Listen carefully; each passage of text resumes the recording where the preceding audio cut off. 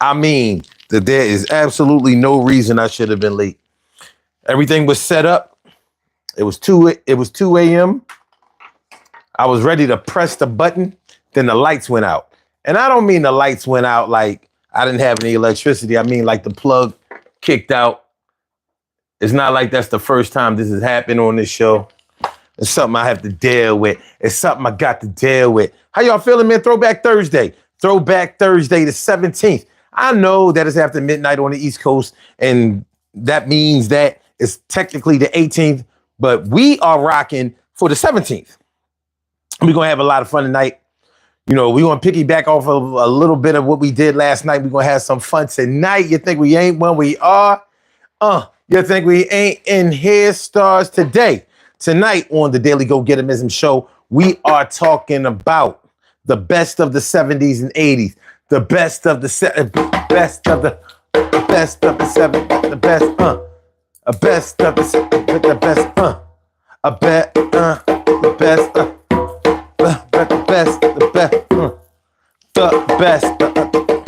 So we're gonna talk about movies, we're gonna talk about music, we're gonna talk about products, we're gonna talk about everything from soup to nuts. We are going to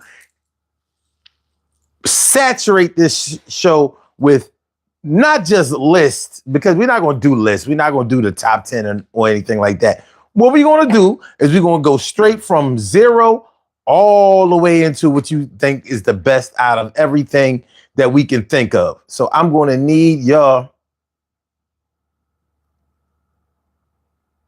The fuck? Hold on.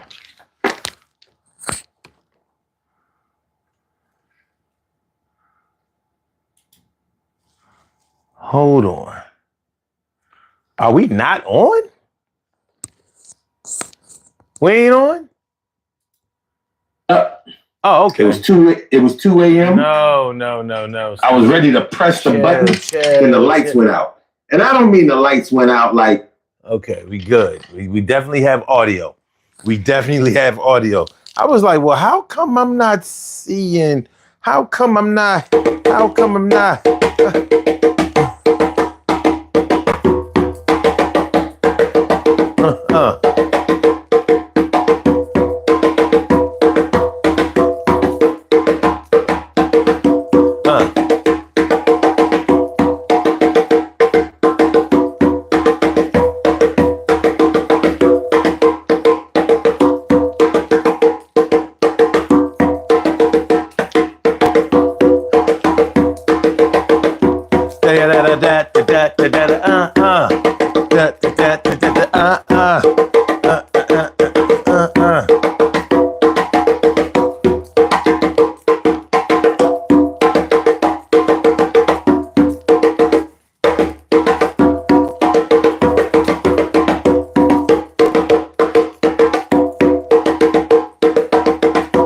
Hit the like button, y'all.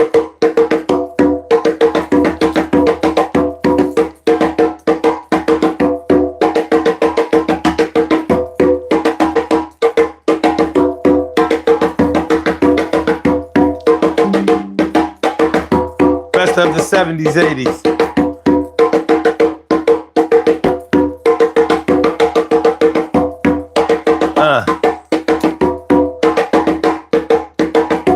Hit the like button. We're gonna have some fun night. If y'all thought we had fun last night, you ain't seen nothing.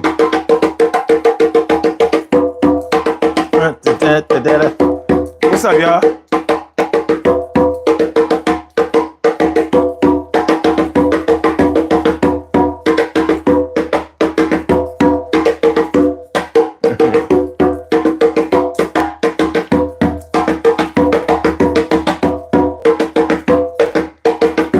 We coming through?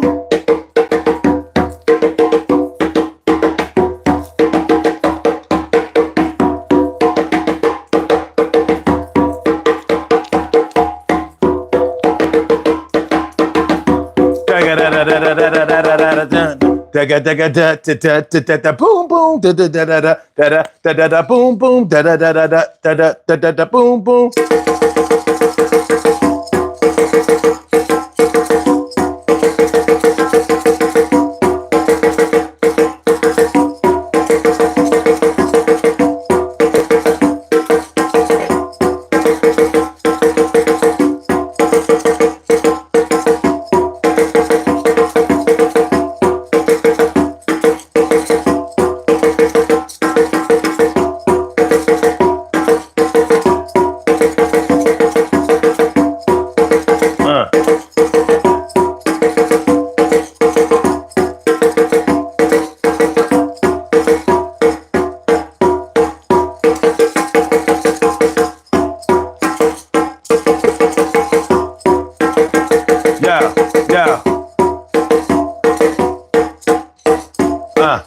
My name is Sun 7. No Mac 11. Y'all know how we do.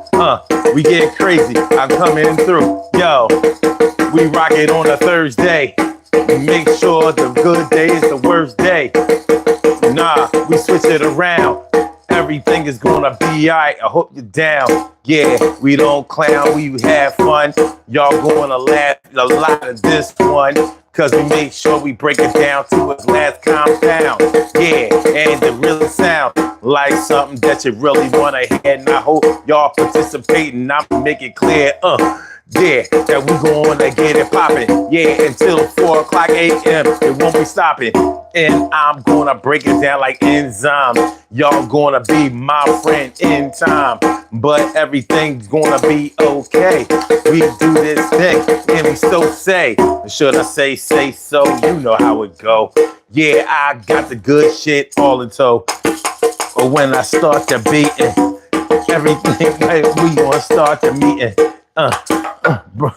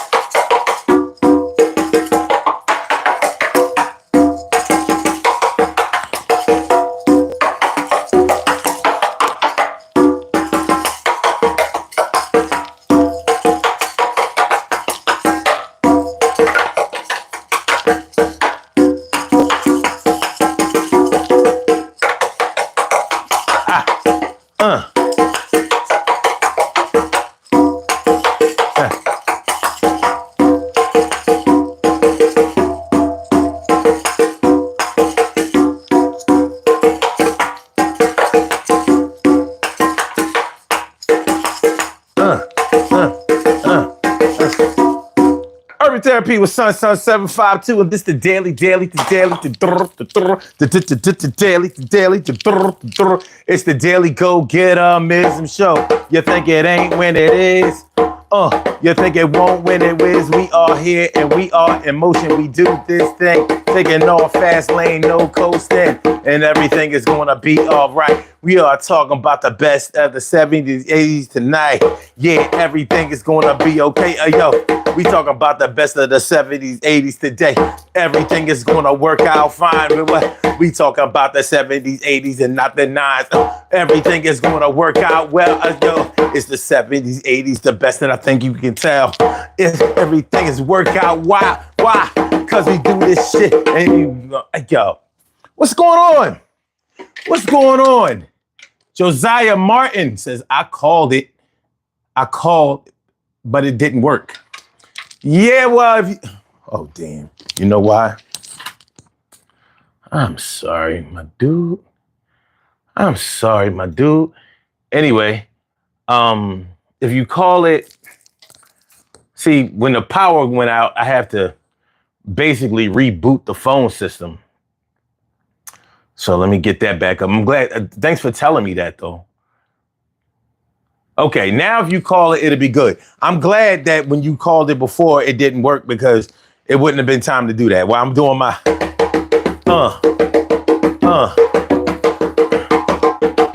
That's not the time to call, but now you can call. Everything is gonna be all right. Stand tall on your 10 toes. Yeah, you know how it goes. I rock for my friends, yeah, not my foes. Yeah, but I still make it right. I ain't like no Republican. I'm Democratic tonight, so everybody else can get all on. Yo, come on, do this thing. Don't be torn between me and another thing. You have to choose. We gonna rock this thing out tonight. No jazz and blues. It's all hip hop. Yeah, it don't stop in a little bit of rock. You know how we rock. All right. What up? What up? How y'all doing, man? How are we tonight? Are we good? Are we good? Listen. Tonight on the Daily Go Get Mism show, we are talking about the best of the 70s and 80s. The best of the 70s and 80s. What do y'all know? So look, if y'all were here last night, y'all know at the end of the show, we kind of abandoned the topic. We kind of abandoned the topic and just started asking about the best things that happened or the best products that were available, you know, during a certain time period. And I said, you know what? That was fun. I was really digging that. And it's a good way. It's a good way for people to be interactive. And I love having an interactive show. That's why I have the phone number where y'all can call in. And that's why I like for y'all to get busy in the chat. So tonight on the Daily Go Get It Business show, we're going to talk about the very best of the 70s and 80s. I was going to just say the 70s. Like we just going to do the 70s. We're going to rock out for that decade. But I said, you know what? We better do the 80s because, you know, now those 80s babies are starting to turn 40. You know what I mean? Half of the 80s up to 85, they 40 now, 40 plus. So we can't treat them like the 80s babies that we used to treat them. You know what I'm saying? They got to get off the Similac. They got to get off the Similac, get off the Infamil. And they gotta start drinking that Ensure, baby. Yeah, they gotta start drinking that Ensure, baby. No, I ain't gonna make y'all older than what y'all are. But hey, man, we gotta do what we gotta do out here. Do you understand? We have to do what we gotta do out here. So I figured we would do the 80s. I wasn't gonna go back as far as the 60s because I wasn't born in the 60s. And shout out to all my 60s babies. But a lot of y'all are baby boomers. A lot of y'all are baby boomers. I don't think they didn't start Generation X until like 1964 or something like that. Hold on. Let me get it together. Just give me a second.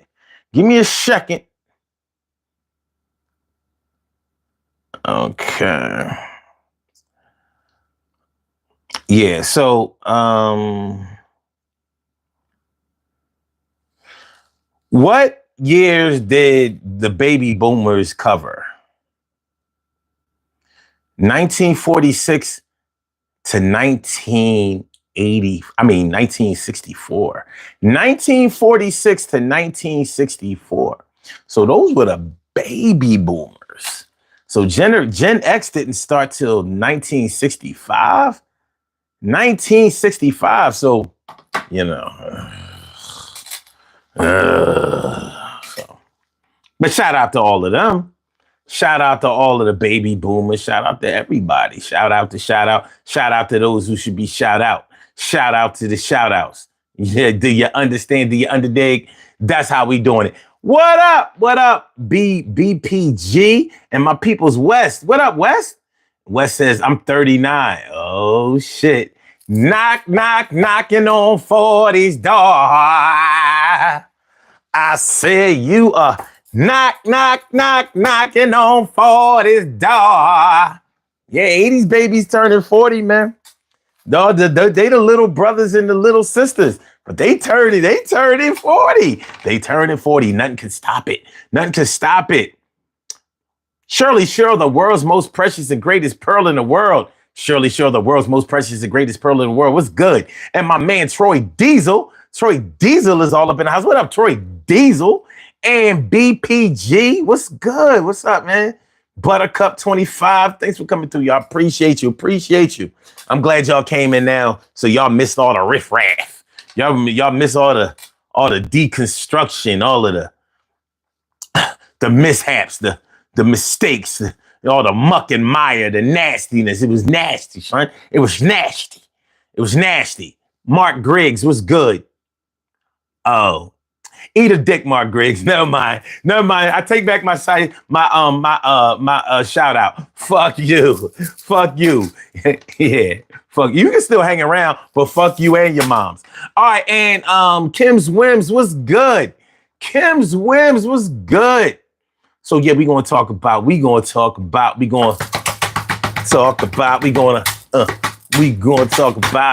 sure that we turn up the volume, shout it, and make sure that everybody here, we gonna come through. Mic is loud and clear. Well, it is, ain't it? Yo, everything will be all right. It ain't it. Everything is all pure and natural. Gonna make sure to throw my hat in there for you. All right. So we talking about the best of the 70s and 80s. The best of the 70s and 80s. Like I said, last night when we ended the show asking about the best peanut butter, the best cheese, the best soap, the best soap powder. We gonna do more of that. But it's not just gonna be for the 70s. It's gonna be for the 70s and for the 80s. We're not gonna do the 90s. Maybe in another day, if everything is successful, we'll come back and do the 90s. But we're going to do the 70s and the 80s today. So if you weren't born during that time, in the 70s and the 80s, I understand. It'd be like, because I was born in 1970, but I was a kid. A baby boy in the 70s. So there are a lot of things that I remember, but I remember them from a child's perspective. In the 80s, when I was a teenager and all of that, I could see things a lot more vividly, a lot more clear because I was in the mix. You know what I mean? I was in the mix. We was let's dance. Let's dance.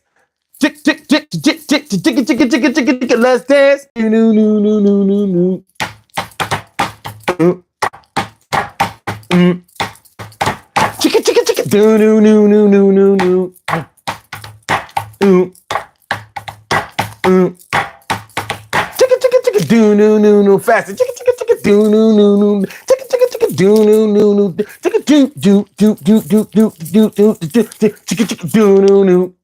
Yeah, that's how we doing it. So the best of the 70s and 80s. Where should we start? This is where we're going to start. What was? I'm going to make this a little bit easier. We're going to start with TV. TV shows of the 80s. TV shows of the 70s. Because 70s had some good TV. What was the best comedy, the best sitcom on TV in the 70s? Now, when I say, we're going to do the white sitcoms and the black sitcoms because you got to kind of break it down. There was a lot of segregation still left in the 70s and the 80s. So what was it? What was the best white sitcom, quote unquote? When you talk about white people in America, you really don't have to say white. It's just like when you say meat, that automatically means pork. Meat means pork. If you don't eat pork and you see you see that there's meat, you see that there's meat in the if you see that there's meat portions available on the menu, know that that's pork. If it says meat, that means pork. So if it doesn't specify black, then it's white. It doesn't mean no black people are in it, but it means that the primary race, culture, ethnic background is white. So I'm sure I don't have to explain that to a lot of y'all, but some of y'all, in today's social and political climate, y'all might be in denial. You might be in denial. Seka Sala. What's good, my people? Seka Sala. All right. So what was the best sitcom, the best white sitcom in the 70s? Troy, my mans. Cartoon pants. What's going on? Man, you already know. I see you done suited up already, huh? You done Already put your sneaks on. I had to get my place right there from the door. Cool. All right. So I'm gonna get with you, and I'm gonna work the chat. So what do y'all think was the best white sitcom in the 70s? Hunk Sports was good. God damn, it was so many though, bro. You had It was a lot. you had you had hold up, 70s. Let me get it right. Now don't do a whole list because we got a lot of time, but we got a lot of material. Yeah. So just break it down. Like you had Ollie. No, just give me the best. my best one. That shit. It had to be All in the Family, man.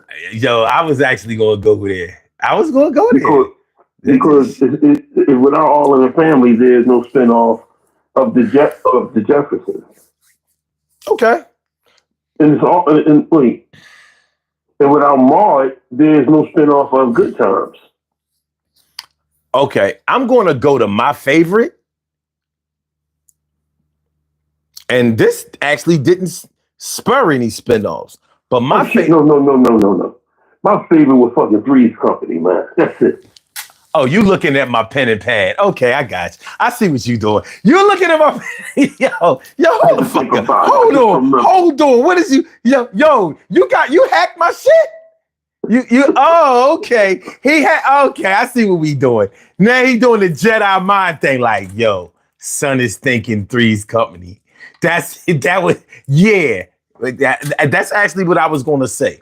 I'm gonna have to go with Three's Company. Now I thought about like Happy Days, Laverne and Shirley, but I really didn't enjoy them as much as I did Three's Company. I liked All in the Family, but to be honest with you, for me as a kid, All in the Family was a little too adult for me. All I could see was the prejudice. You know what I mean? It was offensive. You know what I mean? As a kid, I didn't peep the science of it. I didn't get the overall message that they were trying to put through. Now, okay, so as far as white sitcoms are going to go, I'm going to have to go with Three's Company. Now, but hold on, let me see. Kim's Wim says Laverne and Shirley. She also says Happy Days. Yeah, Dukes of Hazzard. That wasn't a sitcom. Dukes of Hazzard actually, it wasn't. Now I'm not sure what you would label Dukes of Hazzard. Well, no. Those are TV shows. Sitcom is only a half hour. Well, sitcom is comedy, and Dukes of Hazzard wasn't really comedy, but it had comedic moments. They had comedic figures. Was Dukes of Hazzard a sitcom? Hold on, Was Dukes of Hazzard a sitcom?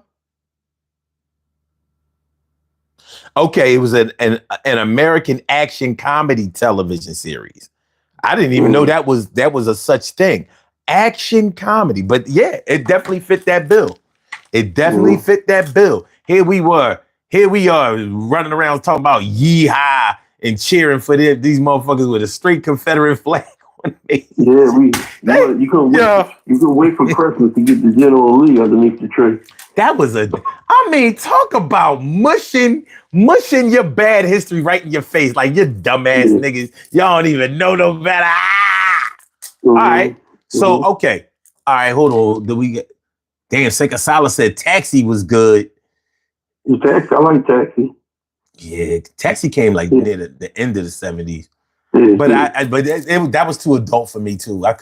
I saw the humor in it, but it was like Barney Miller. Wow, Barney Miller. Wow, yeah. Oh, then you know what?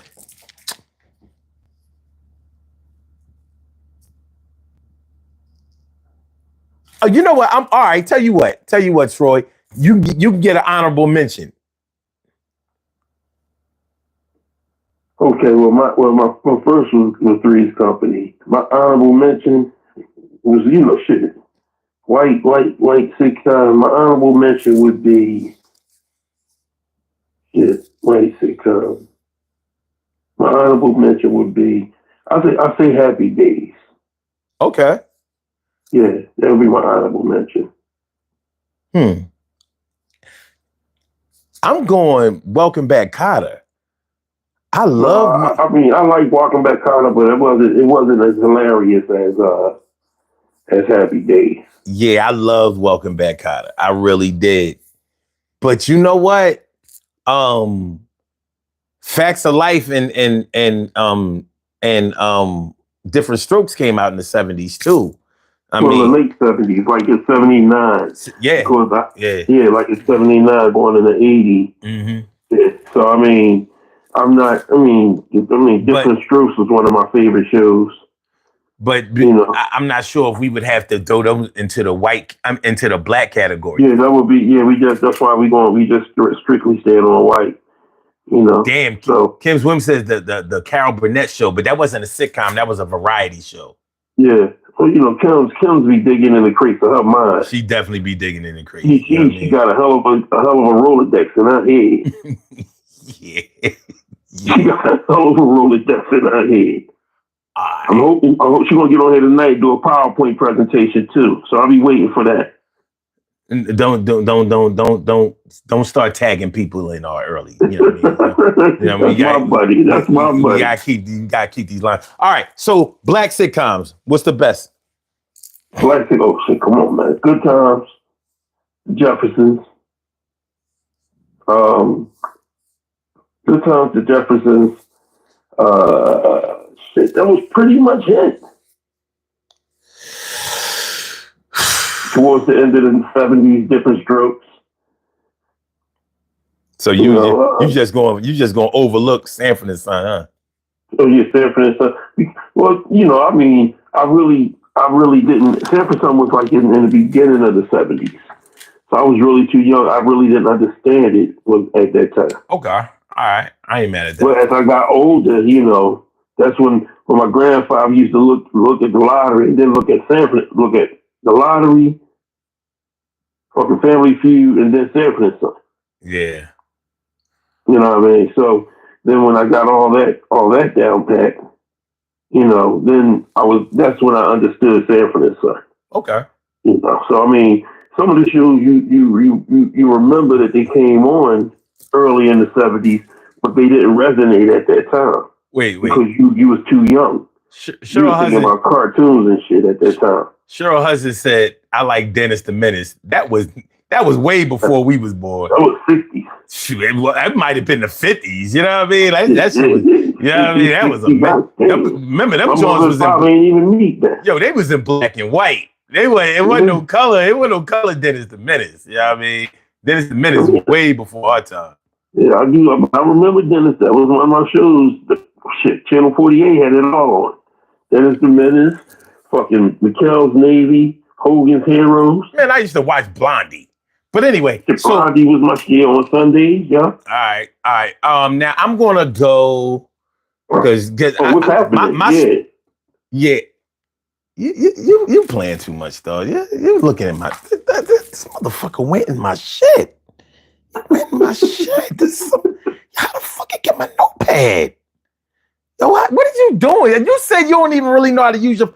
Now you know how to send a screenshot, and you took a hacking class or some shit? Yeah, Yeah, I'm gonna keep an eye on your ass. I'll screenshot everything. Everybody you doing some shit. But because I was gonna say what's happening. Honestly, I was gonna say what's happening. Because my strategy for the night is just to go with my favorite. So to me, my favorite would be my best. When you really think about it, how can I say something else was the best if I didn't like it the most? Now, the thing about you got me doing a cognitive test on this damn phone, and I don't remember much about it. Well, it shouldn't be that hard, but yeah, what's happening came at the end of the 80s too. End of the 70s too. Yeah. But I of course I like Good Times. Of course I like the Jeffersons. But you know, Good Times used to get on my nerves. Yeah. Good Times to me was like the Black Gilligan's Island. Like, so we can't come up, huh? So no matter what happens, we stuck in these projects, huh? So y'all got celebrities. Hold on, y'all got celebrities coming up into the projects. Y'all got a commercial, a TV commercial crew coming up in the projects to cut y'all a check. And nut ass, may she rest in peace, nut ass Florida, like, well, I don't really use the product, so I don't feel comfortable. What did you talk about? It's called acting, dummy. Yeah. Oh no, and you gonna make a couple thousands of dollars, but since Michael drunk it and it had alcohol in it, you don't want to do the commercial. Okay. No black Jesus, no black Jesus, no can't push. It was a black Jesus. Remember, JJ painted it. No, it wasn't. For her, it was no black Jesus. Oh yeah, for her, wasn't it? James was the shit though. Fuck. Hold on a second. She's doing the most. Yeah. What are you doing? Huh? Don't look at me all dumb. Come here. This sound like you weigh 50 pounds. What is you doing? Looking at me all dumb?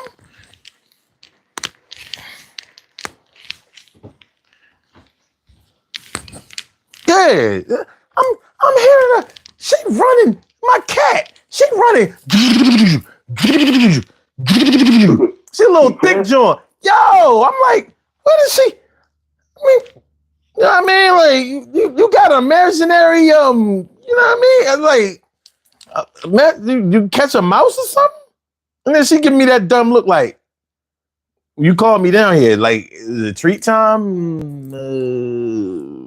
What we doing? Give me that dumbass look on her face. Give me that dumbass look on your face. You know what you was doing?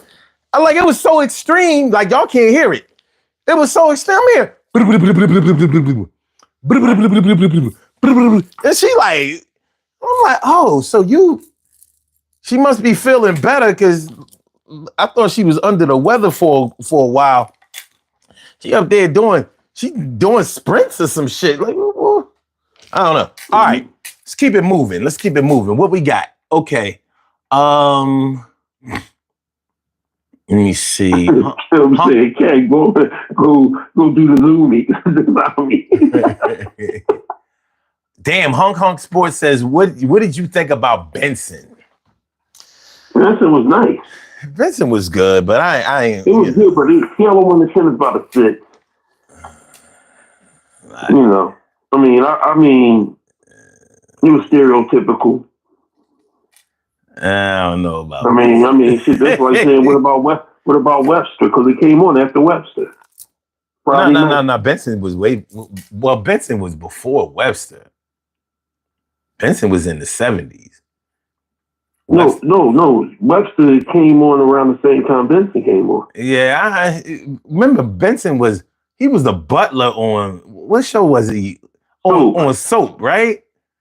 Yeah, I was like, I don't know. I wouldn't.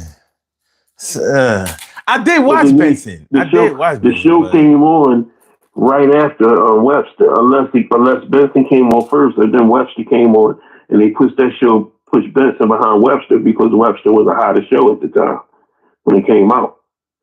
You know how TV do. Yeah. You know, but Black Shoes, what's happening? Good Times.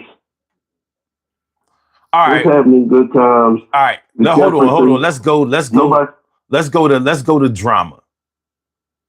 Best white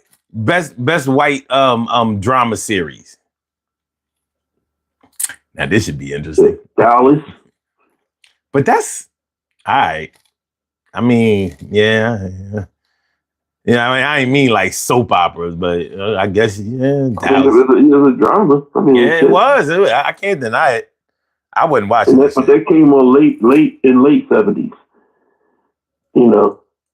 Well, not, it wasn't really that late. It was like 76. It was 70, 78. No, about 70, 77, 78. You know where I'm going. What year did the show Dallas come on? Yeah, you're right. 78. Damn. You know what I mean? See, that's it. Stay in a child's place, old young boy. Hey, my bad, dog. Yeah, you know what? You know what the problem is? I didn't watch it. You know what I mean? Like it was a little too adult. That shit had me thinking about the times I had to be at the babysitter crib, and you know what I mean, I had to watch them soap operas all day. So whether the soap operas was on a day or night, that shit was straight reject for me. I don't want to see that shit. Well, you gotta realize something. When you a little kid, you know, you torn between you still trying to find out. What do you want to talk to a white girl or black girl? Because Charlie Tilton was a short white lady, and they always had her bosoms out. So you like, man, she got some big bosoms. They got milk coming out of them. Kim, as a kid, you start looking at certain things. Kim, hold on. Kim is in the 80s already, talking about Heat of the Night. That wasn't in those 70s. I told you, Kim got a deep Rolodex in her mind. And look, Shirley Cheryl's in the 80s too, talking about some Family Matters. 70s. Y'all moving too fast. 70s.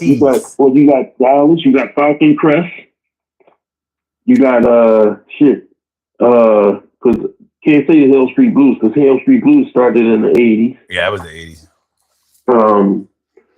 What else? MASH. MASH, yeah, that was my. You know what? MASH wasn't a good show unless something else wasn't on. When all else fell, MASH was the show. It wasn't a good show, period. I wasn't watching. You know what I mean? You know, it wasn't really funny, but it became funny it wasn't funny until you got older and you start realizing what it was about. Because a lot of the shows you didn't know much about as a kid until you start realizing what it was about. Yeah, but even though I knew what it was about, I ain't like it. Yeah. Right. I was somewhat hurt. You know, when the last show, I looked at the last show. Yeah, I looked at the last show, and the last show had me gassed, thinking like maybe I should have watched this shit. Like, nah, you good. You good. You good. Let me see. So you had the Waltons. You had Little House on the Prairie. Little House on the Prairie. Yeah. Yeah. Kim said Hawaii 5-0. Yeah. Hawaii 5-0. Hold on. I don't want to do. Wait. Because Hawaii 5-0, Chips, and all of that. Those are police dramas. We gonna go to that next. Y'all going too fast. I'm talking about a drama series, not a crime drama series, a regular drama series. You know, Sports said Mary Hartman. Incredible Hulk. Was that a drama series? Yes, it was. No, that's action drama. That would be considered action drama. Action drama, yeah. Nope, it's not time for that yet. No Incredible Hulk. No Wonder Woman, no $6 Million Man. None of that. No Bionic Woman. Nope, none of that. All right. Let me see. Trauma. What about damn? Hold up, wait. I forgot it right there. I swear, I used to watch Mary Hartman. Battlestar Galactica. Yeah, I didn't. Yeah, it was a hype. When I say I ain't fuck with sci-fi, I ain't lying. Let me explain something to you. Pretty much, when you were a kid, you have to look at what the adults are looking at night time. And that's why I hated those shows. Because I was forced. You know what I mean? I was forced. Like I said, I had to watch Star Trek. I had to watch all that space bullshit. Look at Yo, if you don't turn on Love American Style, you know what I mean? I want to see something decent. You know what I mean? I want to see this crap. Drama series in the 70s. You know, I mean, that right there, you know, let me see what else. That's something to really look into, man. Like I said, I'm gonna go with Mary Hartman. Even though that shit was dumb as hell, I used to watch that shit. Man, Mary Hartman. Mary Hartman. Mary Hartman. Mary Hartman. Oh my God. I used to watch that shit. I did too. Yo, I mean, my mom almost wound up in DHS behind that Mary Hartman shit. My teacher was like, "What are you doing watching Mary Hartman?" Something told time that shit come on at nighttime. Something told me to stop talking right then and there. Like, you must have been up late at night watching Mary Hartman. Had the black and white TV in the room. So wait, forget this, man. We ain't just gonna keep saying these shows. We gotta sing the damn opening credits to the song. Yeah. My shit, ours was early to rise, early to bed, and in between I cooked and cleaned and went out of my head. Yo, they all dead. Tommy, everybody dead. Everybody out. Well, Liv 11 just passed away this year. Yeah, just passed away this year. Yeah, but you know what? Vera's still alive though. Yeah. Out of everybody, Vera's no, not Vera. Flo's still alive. Okay. Flo is still alive and kicking. She might be the last one, and it's funny because I guess she wasn't as old as she looked. Because she looked old, but all right. So we're gonna do this one last joint. Kojak. Well, no, that's a crime show. Well, that's what I was about to say. Let's do the crime series, the crime series or cop shows in the 70s. What was the best one? Shit. And see, y'all cheating. Y'all just naming shit. What was the best? I ain't say what was the variety. You got to come up with all of them before you realize. No, you don't. No, you don't. If it was so much the best, you will remember it. Simple and plain. If it was your shit like that, you will remember it. You can't go back and change it. Kim said Fantasy Island. Hill Street Blues was in the 80s. Fantasy Island was dope. Hill Street Blues, yeah, that was definitely the 80s.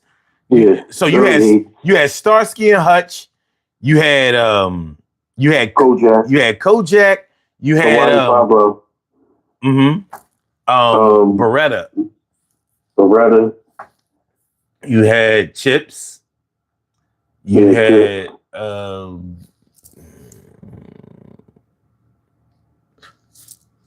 Barney Miller really wasn't a cop show, but it was the precinct. But it was a precinct. You know what I mean? Like it was based on the police show, but it was a comedy. Yeah.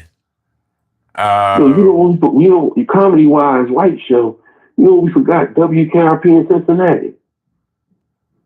Yeah, but it wasn't the best. It was dope though. I fucked with it, but it wasn't the best. 10 Speed and Brown Shoe. Anyway, so you remember that show? It was only on for a hot minute. 10 Speed and Brown Shoe. So out of all those shows you just mentioned, what was your best?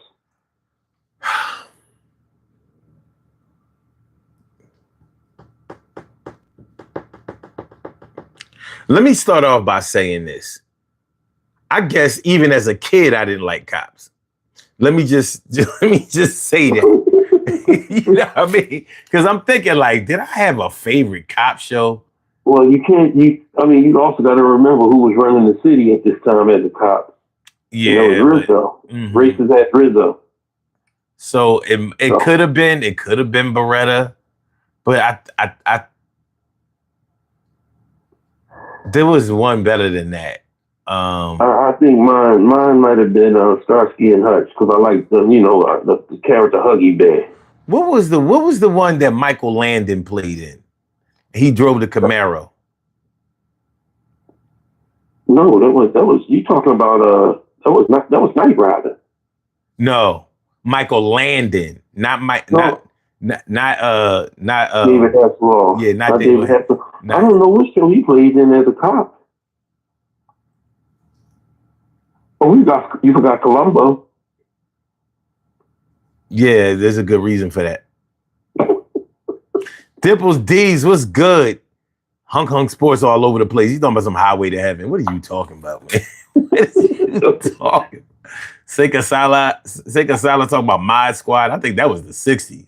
That's the 60s. Yeah,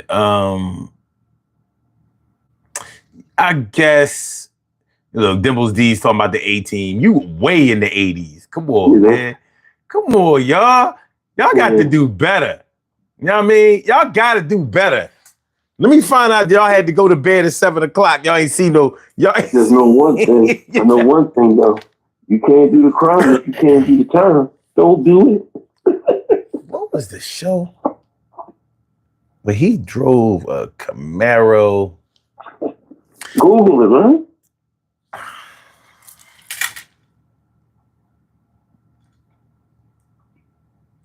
Okay. Oh, shit. SWAT.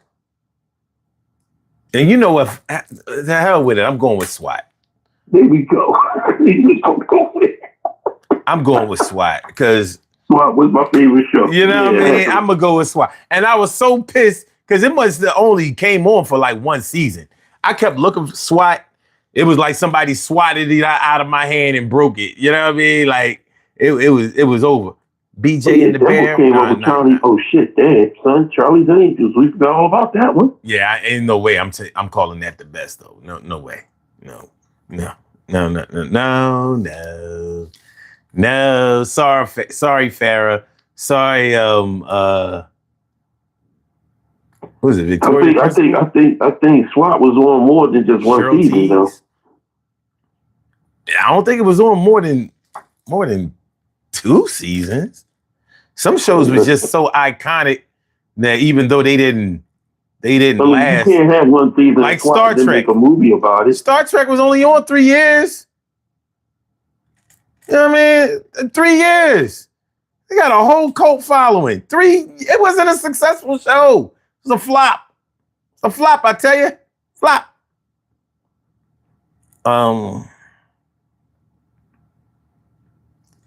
What seasons did the TV show SWAT air?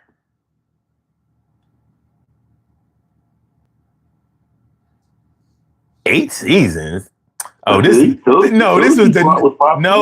the new SWAT. That wasn't no. Okay, let me say. What years did the original TV show SWAT air?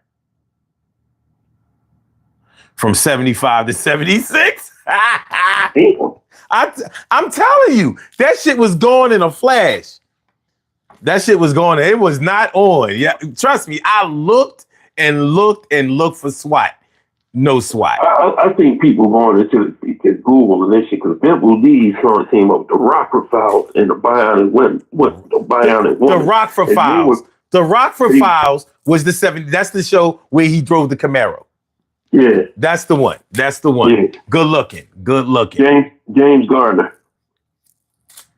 That wasn't Michael Landon. That was James Gardner, bro. Was it? Yes, it was. What cop show did Michael Landon play on? He didn't play on a cop show. He played in Highway to Heaven in the 80s. You know, and Little House on the Prairie. Little House on the Prairie. That's it? That's it. He played Dracula. All right, anyway. All right.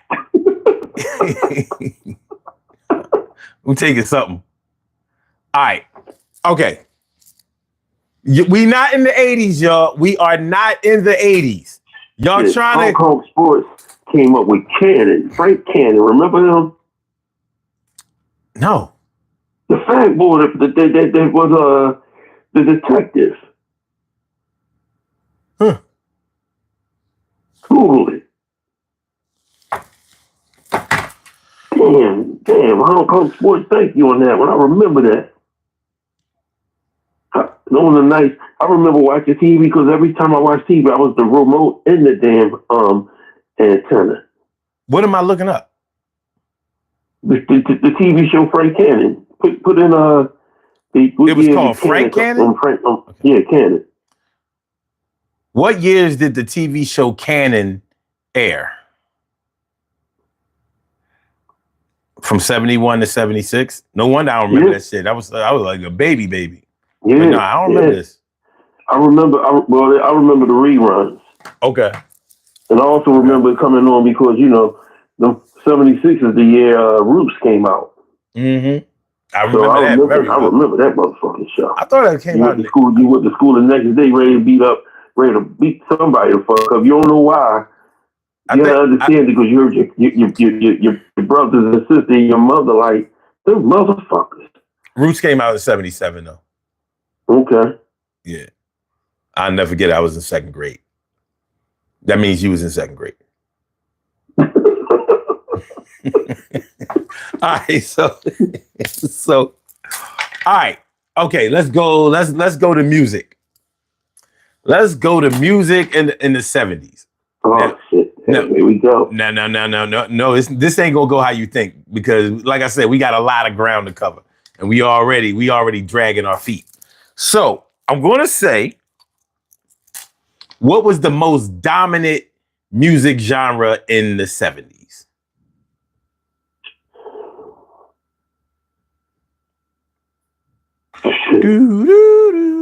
Now remember, you had disco, you had funk, you had rock, you had soft rock, you had folk. You had a lot of folk, and you had a lot of that. What would you call it? Gothic rock, or a lot of that devil worship shit was going on in the 70s. I don't know what was going on with the whole satanic shit. That Black Sabbath type shit. Well, Black Sabbath actually weren't devil worshippers. They just had a name that made you think that they were. When you listen to their songs, you bite the head off a bat. I mean, people gonna think he was high, but the actual songs had nothing to do with this shit. Well, disco was major, but disco was major, but R&B. I think R&B, like, let's just think about. I'm gonna be perfectly honest, because if you really want to get deep, R&B was very influential in all that, like funk. Because if you look at Earth, Wind and Fire, they were also part of, like, Earth, Wind and Fire, Parliament Funkadelic, Now, all groups like that. When you say dominant, it was disco. I would say that instead of disco being dominant, I would say it was the most prominent. The reason I can't say that it was the most dominant is because rock literally ended disco. Literally. They fucking kicked them out. Huh? It ended disco in the early 80s. They kicked disco out the whip in the late 70s. No, right. In the late 70s, yeah. Yeah. Late 70s, like late 70s, early 80s. But what I mean is they literally physically kicked them out. Like, how do you physically make people stop listening to the music they want to listen to and stop their money? Rock did that shit. Yes, it did. You know what I mean? They burned their records. They had a whole campaign to get rid of disco. Like, what kind of shit was that? You listen to a lot of music from the 70s, man. I mean, it was like a fucking kaleidoscope of fucking good music. It was, but when you talk about there's no. Okay, if we took it to the 80s, you would have to say hip hop and pop. They dominated the 80s. There's no question. Hip hop and pop dominated, but rock was also part of that, majorly part of that. But when you say dominate, rock is consistent in every era in the last 60, 70 years. But if you want to talk about the time that they dominated, rock dominated the 60s. They didn't dominate the 70s. They were there and they was eating, but you could argue that they dominated because they killed disco. But disco, when you think about the 70s, you don't think about rock. You think about disco. Ain't no way around it. You think about the 80s, you think about hip hop. Ain't no way around it. like I said, rock was still there, but rock couldn't do the hip hop what it did to disco. Wasn't gonna happen. So, you know, when I say dominant, yeah, this disco, every group was doing, well, I ain't gonna say every group, but a lot of genres were doing a disco song. Just like in the 80s, a lot of genres were doing a hip hop song. You understand what I'm saying? So, you know. Yeah, but the thing about it is that hip hop didn't become real prominent until the mid 80s. Well, we still in the 70s, so you know, there's yeah, that. we still in the 70s, but I think disco was the major part of music because I mean, shit. When you think of Studio 54, you think of disco. I'm not going to argue that disco dominated the 70s. I'm not going to do that. I could argue funk, but what happened to funk in the 80s? The same thing that happened to disco happened to funk in the 80s.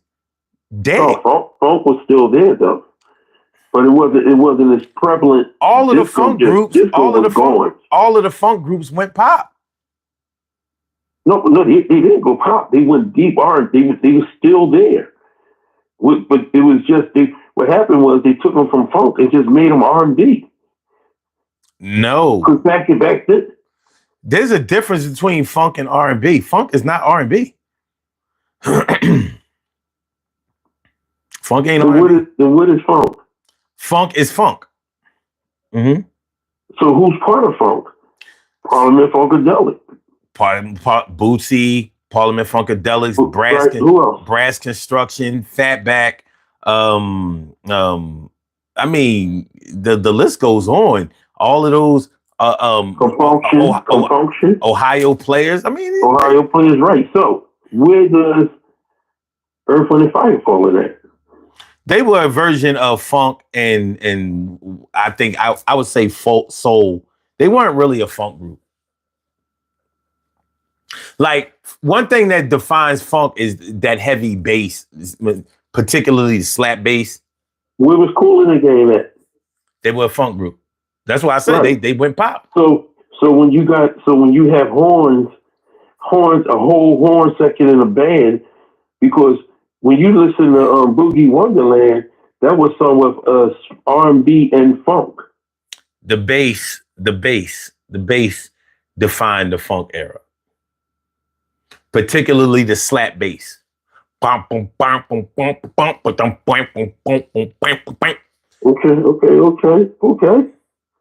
Yeah. So can you do that while you playing the congas? I'm gonna hire me a bass player. But yeah, that's what funk was. Funk wasn't the horns and all of that kind of stuff. It was that slap bass. So even if you didn't slap it, it was the bass that pretty much defined the funk era. Bass, a lot of songs with bass lines and all that kind of shit. But anyway, so okay, so we gonna go with disco. We both agree. We both agree disco. Yeah, we're not the only ones. Yeah, we're not the only ones. Now, I mean, if you would just want to argue, like, well, what was ABBA? What was Barry Manilow? What was Linda Ronstadt? I'm like, I mean, I see what you're saying, but you don't think about them when you think about the 70s. You think about those artists, but when you talk about the genre that was dominant in the 70s, you gotta go to disco. It defined that era. You know what I mean? It defined the era. It might have only lasted for 6 or 7 years, but hey, they was killing shit. Tearing it down. All right. So now we talked a lot about like certain products and things like that. So this is what we're gonna do. If y'all can remember this one, because I know this is going to be a little hard. I'm not going to ask what was the best, because that's too subjective. What was your favorite 1970s TV commercial? Shit. I'm going to tell you what mine was. I'm going to sing it. If you got a passion for fashion, Oh shit! and you got a craving for saving. Hold on. We got another caller. Hold on a second. You have a call from. Caller, anonymous caller. Welcome to the Daily Go Getimism Show. What's on your mind tonight? Hey, this is Melissa McDouble. How are you doing? I'm doing good. Feeling like a real man should. What's going on? Good, yeah. I was just wondering if you could show your big black cock. Oh, I knew that shit was coming. Eat a dick. I'm going to call Troy back. That's what I'm going to do. I saw that coming. As soon as you see an anonymous number. No. Yeah, as soon as you see an anonymous number, I know what was coming. I know.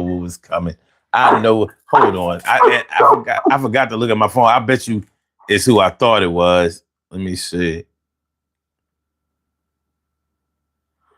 Was it him? Was it he? Man, don't laugh at that shit. Bitch ass nigga. All right. Oh my God, man. So yeah, go ahead and finish your jingle, man. Go ahead. If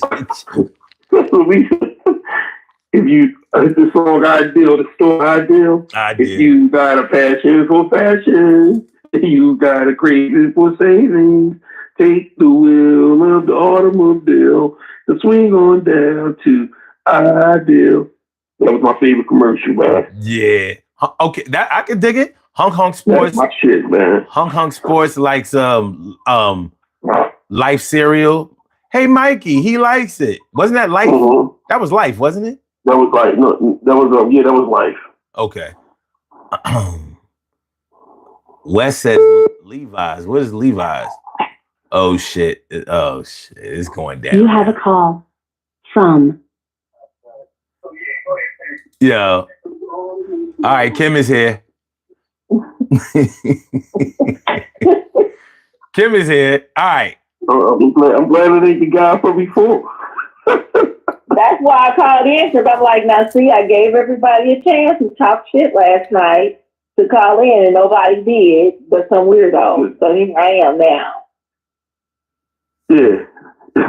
Hold on.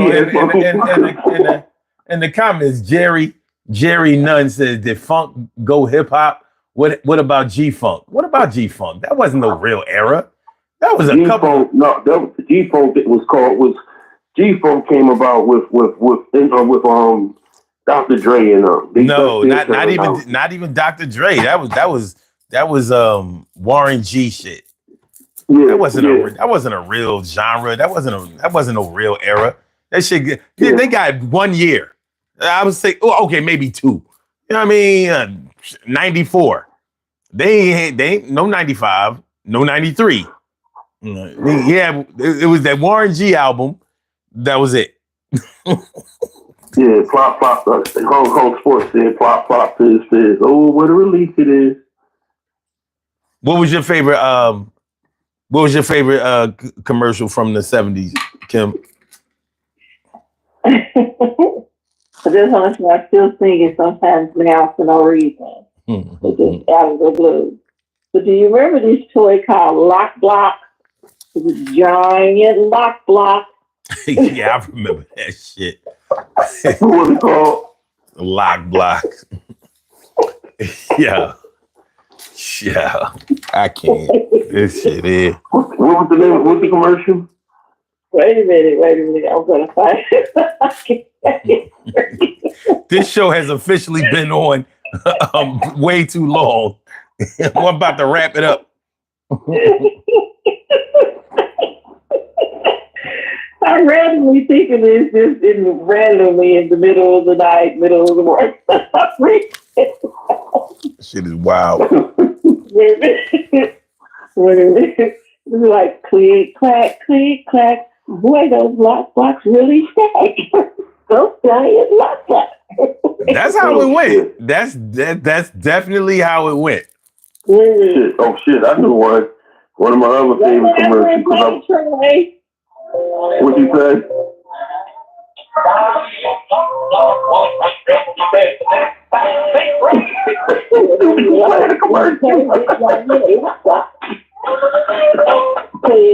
Click, clack. Boy, those lock, lock, and stop.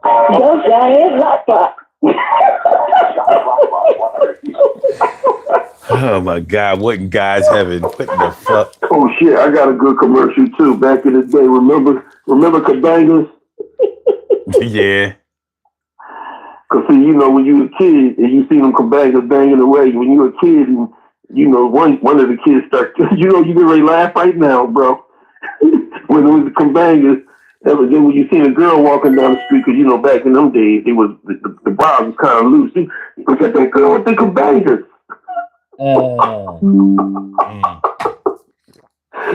You know, because the things you used to take the two paws, because now I got to use paws on the damn thing. The two balls, and you click clack them together. Mm-hmm. I hated the damn, and then they start using them as weapons. Man, click clack. I love that shit to this I day. love those. Yeah, that shit is dope. Yeah. Yeah, I remember that. Remember the Lego commercial when they came out with Lego on Main Street? It's me, bring Lego on Main Street. Oh yeah, I remember that. And I remember that shit. Let me tell you, that thing stick in my head so much because I wanted that for Christmas, and I got it for Christmas in 1979. And when the Eagles went to the Super Bowl, I was putting my Lego and Main Street together when they lost to the Raiders. Them bastards. That was 1981. Okay, so. Okay, well, you know what I'm talking about. There. My fault. Yeah, y'all running too fast. I told y'all running too fast. Okay, let's do this. Let's go to cars. What was the most? Let's start from luxury. What was the most popular or best luxury car, American-made luxury car in the 70s? The Lincoln Continental. Mm-hmm. The stinking Lincoln. The Lincoln Continental. Because my grandfather had a navy blue one with the whitewash wheels, man, and the rag top. And I believe he had the diamond in the back. Yeah, I say the Cadillac Eldorado. Well, yeah, that was too. But that Lincoln Continental, the way it shined, man, after he got that thing washed when we used to go out, he'd take me to B's Barbecue, which was my aunt's restaurant down on South Street. Man, listen, bro. Okay, so which one rode better, the Lincoln or the Cadillac? Well, the Cadillac was classic. Wait a minute. Well, when you talk about the ride, a lot of people say that the Lincoln rode better than the Cadillac. The Lincoln rode better, but the Cadillac was classic.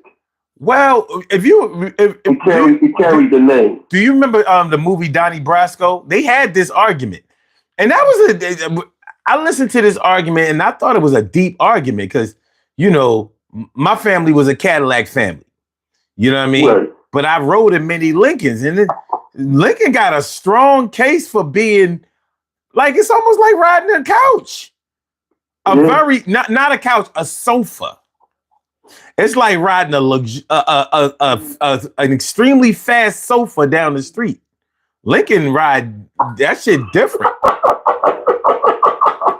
The way you put it together, extremely fast sofa. Yeah, you can't call it a couch because anything. Look, anything can qualify as a couch. A damn futon can qualify as a couch, but when it's a sofa, you know what I mean? It's a sofa. That means everybody don't get a chance to sit on this bitch.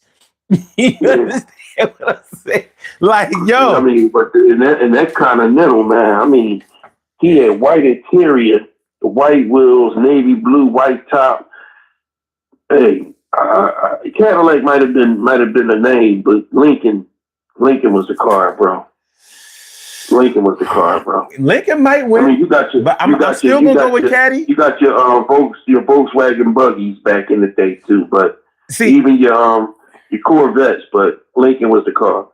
See, the thing is, you had more Cadillacs than you had Lincolns. You only had the Lincoln, and then you had the Lincoln Continental. You know what I mean? You had a Cadillac. You had the Eldorado, the Seville, the Sedan DeVille, the Coupe DeVille. You know what I mean? You had a variety of Cadillacs. You had way more Cadillacs than you did Lincoln. So, you know, like the Seville was the top of the line, and it was hard to beat. It was hard to beat. So what was the better car between the Seville and the Lincoln? Some people are going to say Seville, like you couldn't beat a Seville. And then some people going to say, nah, Lincoln, man. Lincoln all day. Now, well, do you trust I'm going to say Lincoln because of my grandfather and what he brought me up on. You know what I'm saying? Yeah, but Lincoln is made by Ford. Mm-hmm. So I'm going with GM. You know what I mean? I don't even fuck with them Ford. But Crispy Bacon says a Buick Riviera. Okay. Now, a Buick Riviera was a good car, but it was a coupe. And the top of the line for Buick was the Deuce and a Quarter. The Riviera was dope, but the Deuce and a Quarter was the top of the line. So the Deuce and a Quarter was basically the Seville of Buick. They was all made on the same assembly line. So then there's that. Mm-hmm. You know what I mean? There's that. So you just change your labels. Mm-hmm. Yeah, well, I'm still gonna go with my stinking Lincoln, bro. Okay. All right. So that we're gonna go with Lincoln as the most luxurious car. But well, you know, it's open because some people in the chat are saying Cadillac. I see Chrysler, the Chrysler New Yorker. I don't think that's competing, dog. It was a nice car, but I don't know. I mean, that wasn't in Cadillac. The Riviera and the Chrysler New Yorker, they were them two were competing. But I think the Riviera took over that Chrysler New Yorker any day. Yeah, I don't think the New Yorker was. The New Yorker was trying. They was trying to get busy. I don't really know nobody that was like, I got that New Yorker party, but it stood on the wall. Yeah, it stood on the wall while the Cadillac and the Lincoln was dancing with the girl. The New Yorker was pretty much standing next to the DJ, asking him, "Yo, can you play this?" Yo, hold on. Jeff Dingleberry says, "Man, how I get a free T-shirt? Oakland told me. You can get a free T-shirt. I can get a free T-shirt from you. Yeah, I gotta send Nova. I gotta send his shirt out. I'm definitely gonna send it out tomorrow. And it's still on. Listen, you gotta send me 10 subscribers. You send me 10 subscribers. Just that last name alone, Dingleberry. Dingleberry. Yeah. If you show me proof that you have gotten 10 people to sign up, to subscribe to the channel, I'll send you a shirt. We're gonna have this promotion going. I'll run the promotion. I'll run the promotion until at least May, like maybe the 1st of May or whatever. So y'all got 2 weeks to get y'all shit off. You want to daily go get him his T-shirt, the red on white, or the white on black. The white on black. It's on you. It's up to you. You can get this good quality T-shirt. You know what I mean? It's a good look. Just in time for the summer. We're gonna rock these the whole summer. We see how these go. If these go well, then maybe we'll open it up, get some more designs, some more styles, some things like this. We gonna launch these, and then we gonna get busy with the rest after that. So this goes for anybody. Show me proof the same way that that my man I Heart Oakland showed me. He showed me proof that he got 10 subscribers, 10 new subscribers for me. Y'all do the same thing.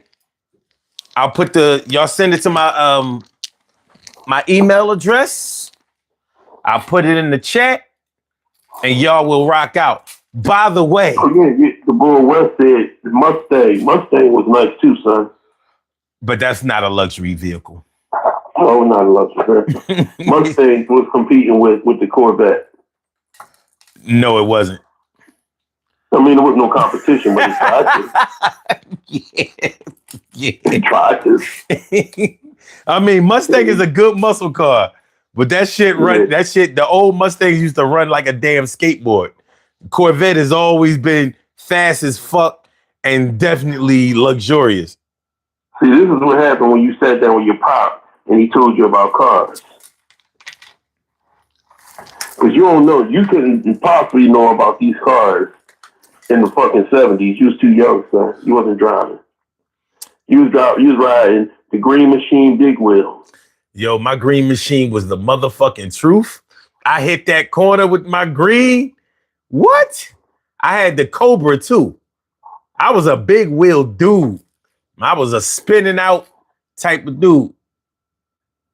That was my favorite thing, a big wheel and a sitting spin. Those were my two favorite toys. Yeah. Oh, Jeff. My Green Machine got my tooth knocked out. A boy named Daniel walked over to me. Troy, can I ride your Green Machine? I was like, no. He knocked my tooth out, punched me right in my mouth. He thought he can do it when I got older. Mm-hmm. We fought again when I got in high school, right around the neighborhood, and I whooped his ass, not once but twice. I was the fucking man. Shit, I think I was the fucking shit after that. Okay, let's do this.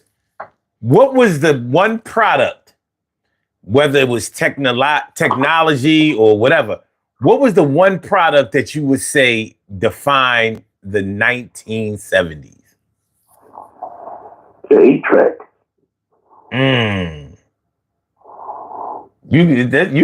There's a strong argument for that. The 8-track. That shit sucked. But yeah, there's definitely a because the Walkman didn't come out until the 80s. Stop going to the 80s. We in the 70s. No, I'm just saying. Because you be planting too many ideas. Stay in your lane. We in the 70s. We are in the 70s. So what's the one product that defined the 1970s? Bell bottoms. Bell bottoms. I'm going to say CB radio. That's behind the 8-track, bro. You know what? I'll tell you what. The custom van. That's what I remember about the 70s. The custom van. People putting water beds in the van, putting sinks and all kinds of kitchens in the van. The van was the shit. Yeah, I remember I remember 8-tracks, and I remember the damn record player. But that didn't come out in the 70s. But the 8-track was popular as shit in the 70s. Yeah, but it was ass. You couldn't fucking rewind. Shit sucked. It might have been ass, but shit. They didn't even sound good. It was popular. It was, but to say that it defined that era, it definitely had a strong place, and you got a strong case. But I'm going with the custom van. Okay. So that's your. What about you, Kels? Well, I'm going to stick with bell bottoms, and I add dashikis to it as well. What you said? Okay, eBay. Wait. What did she say? She said dashikis and bell bottoms. Oh, damn, dashikis. Bell bottoms, and I'm going to say dashikis. And I said, okay, you must have went out with eBay after Thelma broke up with him. Well, I'm going to have to say, I would say more than bell bottoms, I would say designer jeans defined the 70s, because all of the designer jeans company actually came out in the 70s. 70s. Mm-hmm. What did he thinking? Yeah. They did. And I still remember when Teddy Pendergrass had a jean. Yeah. Them shits was selling too. Whoever, I still remember the commercial. Wherever you go, he's the best. He's the man. Here's his jeans. Teddy jeans. Cheryl Hudson said Wait a minute. Teddy jeans. Cheryl Hudson said I platform don't remember shoes. that at all. Shit, I remember Teddy had a jean. My aunt loved Teddy so much. Damn, until Mr. Teddy Coffee. started sleeping with a Teddy. Wait a minute. Hong Kong Sports says Mr. Coffee. Damn. The pet Well, rock. how Oh shit. How about the old school Silly putty. floor model television? Huh? How about the old school floor model television? That was on point. The one when it broke down, you made it a table. I mean, but those actually came out in the 60s. The hi-fi. They actually came out in the 60s. Well, the color ones came out in the 70s. Well, you talking about the whole set with the record player inside and the TV, or you just talking about the floor model TV? Period. The floor model TV. I'm talking about the floor model television that on the weekends the family got together and watched whatever was on. The one that when after school playhouse would come on, that's when you hurry up from school to watch. The one where your house is the house that may have had a color television. That's the one I'm talking about. I ain't mad at it. No. Okay. That's true. All right. So you can only have one. Oh shit! Damn. Now Tim's got me second guessing myself with that color TV. That floor model color TV was the shit. Well, That's when I stopped me. And it came with a remote control too. I'm going with the floor model TV. Color TV. Okay. I'm sticking I'm with going with that because that's when I stopped being an antenna. That's when I stopped being an antenna and a remote control. You know, the youngest one was always the antenna. Damn. And a remote control. Hong Kong Sports says CB radio was the social media of the 70s. Wow. Yes. Okay. Yeah. That was the beginning stages. Yeah. Was it really? I can agree. I can agree. Scale of 1 to 10 with that statement. I give it about 7 or 8. First of all, they sound shitty as hell. Mm-hmm. You had to have a car. Well, you didn't have to have a car, but it didn't make no sense to just have a CB in the crib. You know what I mean? All that breaker 19, over and out and all that. I don't know. It was dope at the time as a kid, but well, it wasn't so much even as a kid. The adults was even doing that shit. But no. It was dope to a kid. It wasn't a kid's toy. That shit was expensive. Mm-hmm. Mm-hmm. You know what I mean? Shit was expensive. Okay. Couldn't have been that expensive. Michael had one on Good Times. Yeah, they also had. He was talking to the girl in a wheelchair. They also had a film crew up in the crib, and they ain't get paid. So, Black Gilligan's Island, boy. Fucking good times, boy. Fucking good times. All right.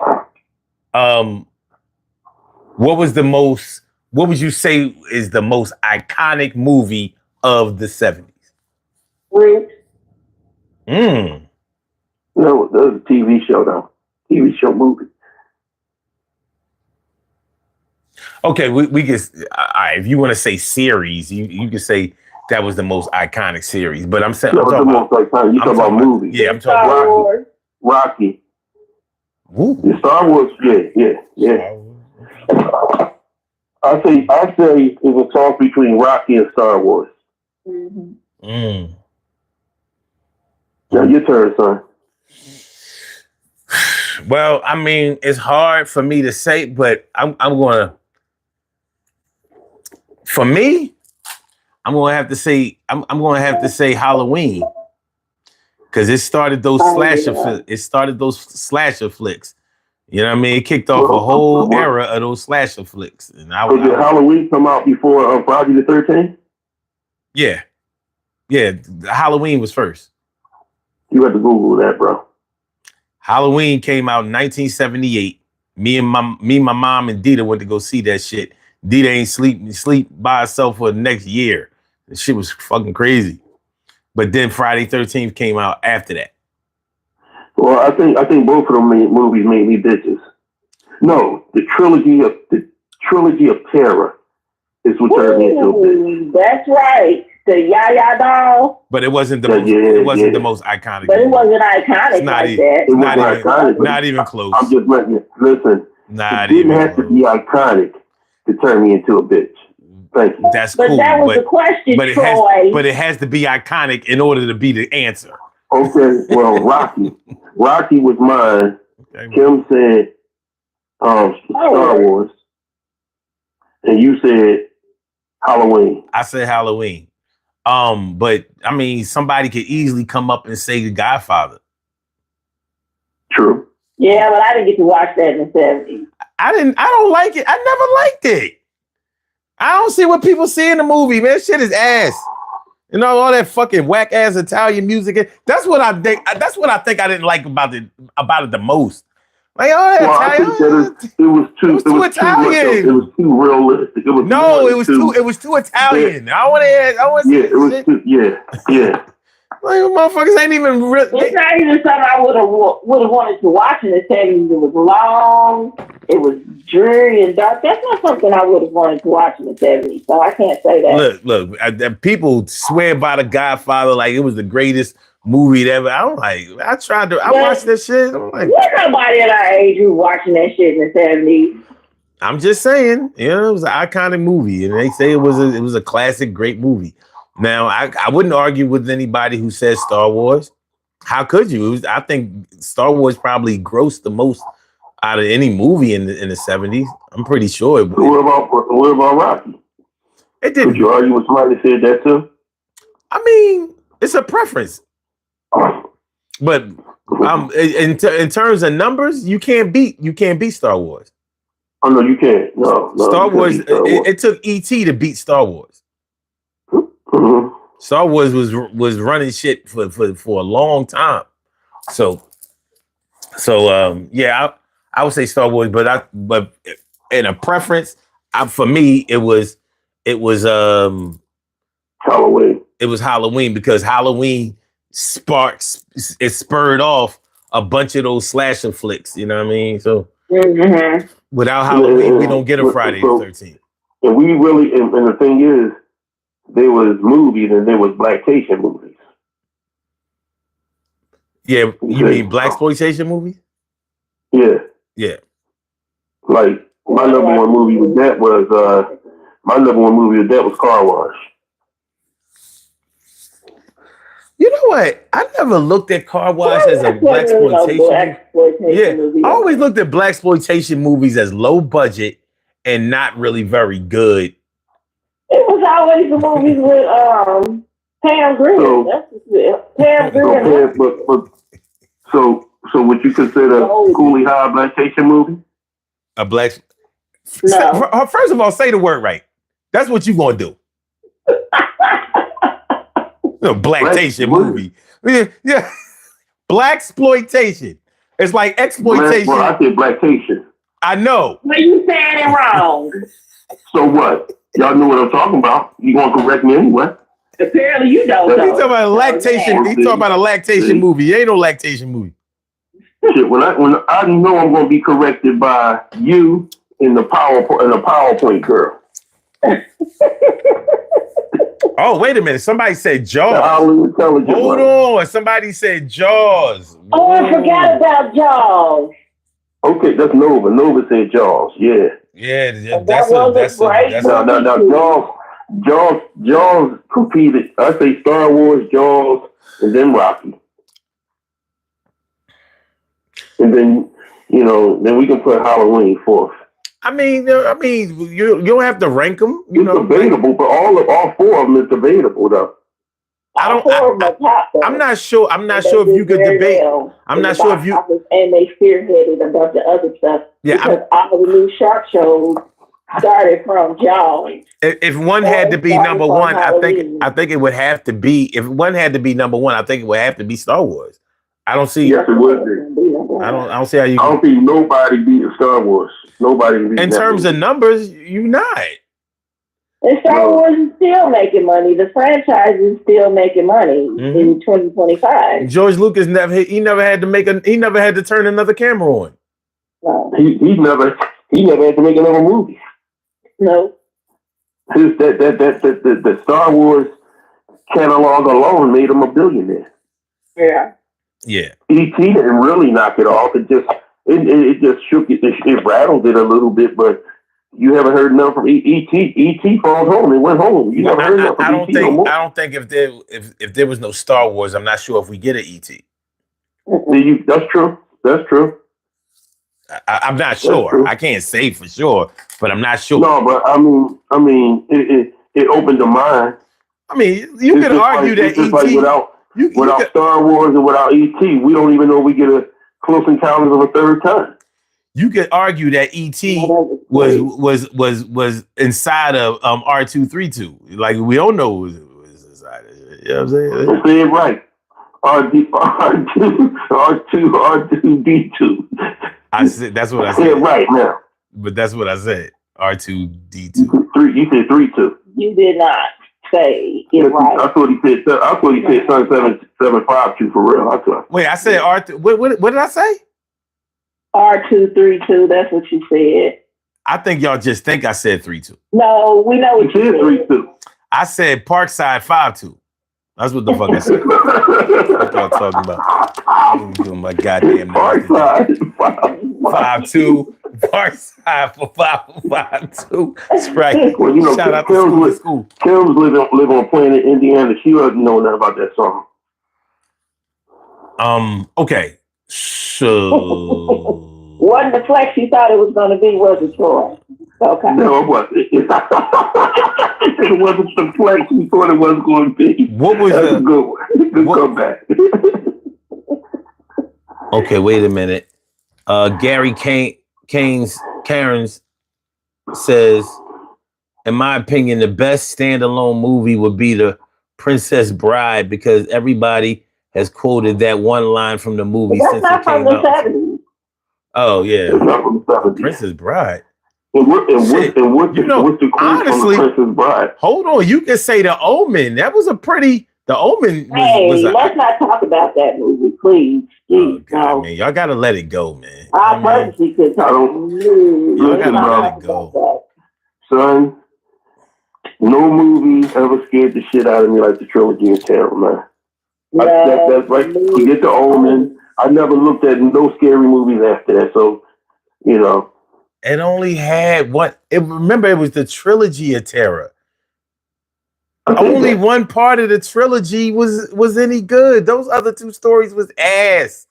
I don't care about the other two. I don't care about the other stories. And I don't care about the little monster. Fuck him. Well, see, son. When you got siblings running around the house scaring the shit out of you all the time. Listen, of course, this is what happened with me. I maxed out on so many horror. I would say after Friday the 13th, they didn't work no more. Horror movies ain't like I'm bulletproof. Shit. Well, see, that's the problem right there. That's what you said. The Poltergeist. What's the one that came out? The Medusa Touch. Omen. Hellraiser. All these movies. See, all these movies that you screaming out, I heard of, but I've never saw. Do you remember that movie Magic? It was about the little doll. I remember Magic. Yeah. The ventriloquist. That was a scary joint. That was a scary joint. That shit was. Like that. I'm grown and I'm not watching that. I keep trying to tell you.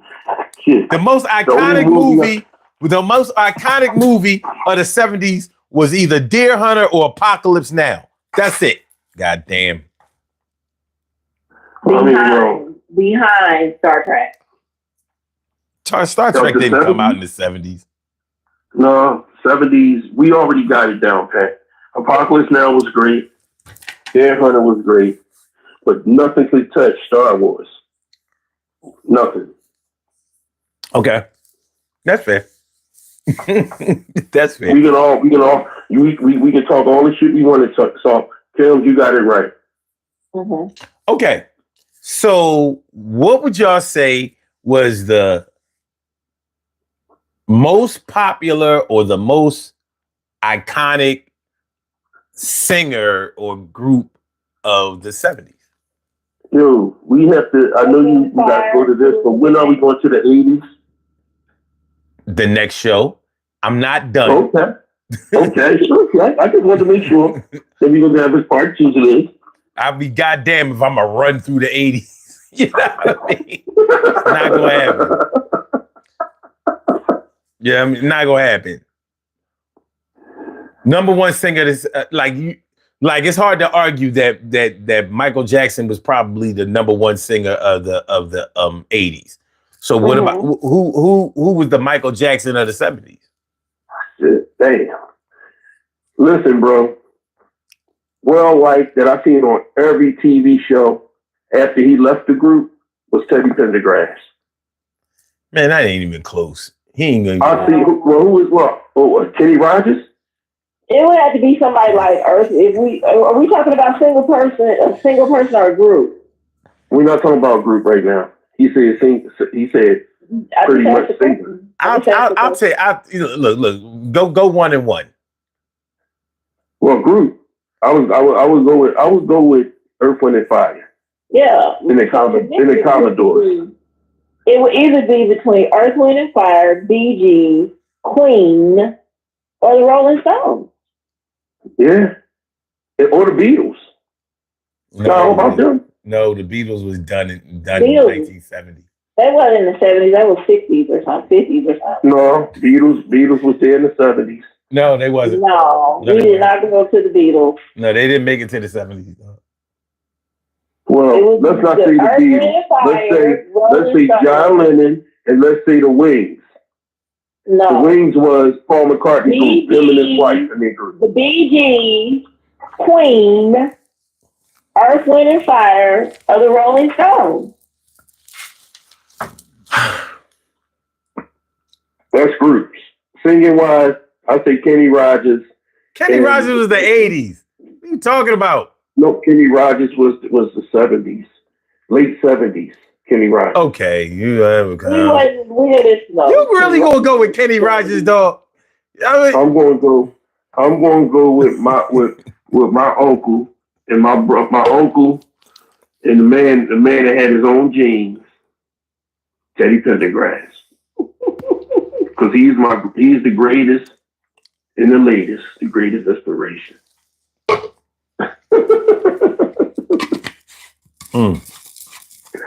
Let me see. I mean, late 70s. Also, Michael Jackson, Off the Wall came out in the late 70s. Not even close. When did Off the Wall come out? It came out in the 70s. No, it actually came out in it actually came out in 19. Late 79. Let me see. Early 80s. I think I looked it up before. It was what year was the album Off the Wall by Michael Jackson released? Oh, 1979, August 10th. Fuck I be saying, man. So, but it's not going to win. He's not going to win. He's not going to win it. He's not going to win. He's not. I agree with you. In order for you to be the most iconic, the reason that he's the most iconic of the 80s because he outsold everybody. He outperformed everybody. He did not outsell or outperform everybody in the 70s. He's not even going to be close. You do better talking about like Donna Summer or somebody. But Michael Jackson not going to win the 70s. He's not going to win that. I mean, and if you also want to talk about the 70s films, you also got to add ABBA to it too. Dancing Queen. So I add that group to the show. Lord, God damn it! Look, y'all know y'all making my life hard. ABBA ain't set. They was a good group, but they not going fucking win records, They not go. They ain't sold that many records. They sold records, but not to be the most iconic group of the 70s. Like, shit, you think they sold more than Kiss? Matter of fact, when I hang up the phone, I'm going FaceTime. I'm going what you said that I learned how to do. Screenshot. I'm gonna screenshot you a bunch of shit. Look, I remember ABBA very well. Mm-hmm. But they are ABBA's not iconic in comparison to my four. To who? Oh no, they're in that. There might be a Bee Gees. No, I can see the Bee Gees. Bee Gees is number one. No. 70s wise, Bee Gees is number one. Bee Gees is number one. Let's see here. What musical group sold the most records in the 1970s? God damn. It looks like it was the Eagles. Oh shit. Really? And Led Zeppelin. Mm-hmm. Yeah. Wow. Mm-hmm. Mm-hmm. Now wait a minute. So we all wrong. Now here's the thing though. But we're not talking about most records. We're talking about iconic. Well, here's the thing. The Eagles, they're not talking about one album, but they're talking about them as a group. And the thing is, they said that they surpassed Michael Jackson's Thriller with 38 million. Now you got to understand, they didn't sell that many in the 70s. That's not what happened.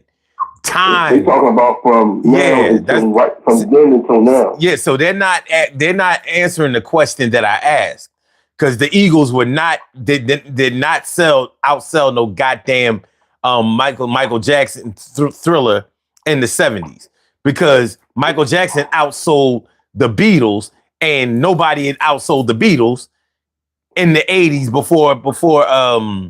before Michael Jackson. So nobody definitely did it in the 70s.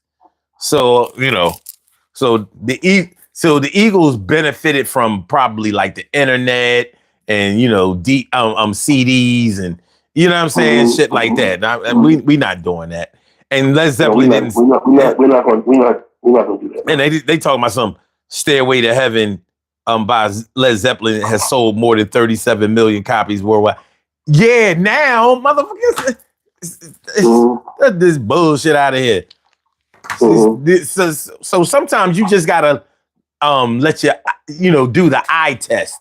Like I was there. I remember who was the shit. For all we know, Barry Manilow might be the most iconic singer of the 70s.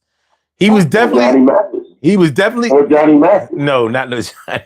It wouldn't be Johnny Mathis. Come on. Killing me out. Killing me. You gonna make me break my mic. fucking Johnny Mathis. I'll tell you what. If Johnny Mathis outsell anybody, I'm giving up music. You can label me deaf. Bill Diamond. Yeah. Everyone around the world, they coming to America. Yeah. That's my fucking song. I felt good to be American. I wanted to run for president. I heard that song. Topic, son. I know, right? But I'm next category. But we didn't really nail it down. Like even with the information about the Eagles and Led Zeppelin. Bee Gees. We talking about iconic. We're not talking about record sales. I said Bee Gees. That's part of. That's what I said. I'm agreeing with you. The Bee Gees. The Bee Gees, huh? Just think of who crossed our lines. No matter where you went, you could hear their music. You could hear the Bee Gees in any home, at any event. You could hear Earth, Wind, and Fire at any home, any event. You almost always heard. That's a good one. Fleetwood Mac. I think they sold the most in the 70s. I believe they did. In the 70s. Iconic. They're iconic, but they're not iconic like that. I guess not.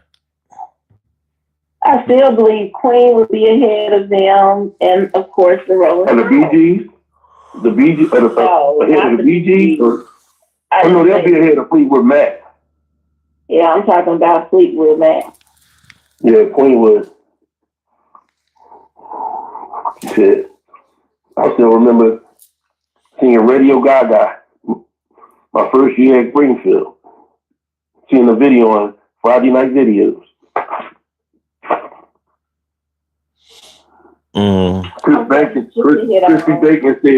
Crispy Bacon said Pink Floyd. No. I like Pink Floyd. I like Pink Floyd. Pink Floyd is heroin music. I like them. Another brick in the wall? Yeah, Pink Floyd is definitely downer music. That is definitely narcotic music. And hey, cocaine music is always going to outsell heroin music. Hey, you leave them kids alone. That's my fucking song, boy. On Channel 48, there's all these shows on that damn commercial. I mean, on that damn TV. Every time they show the commercial, you show the record album, Pink Floyd. Waiting for people to go buy that shit.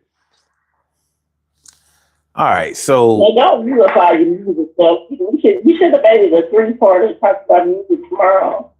Music show. See, okay, like I was looking when I asked what was the one product of the 80s the 70s that defined that era.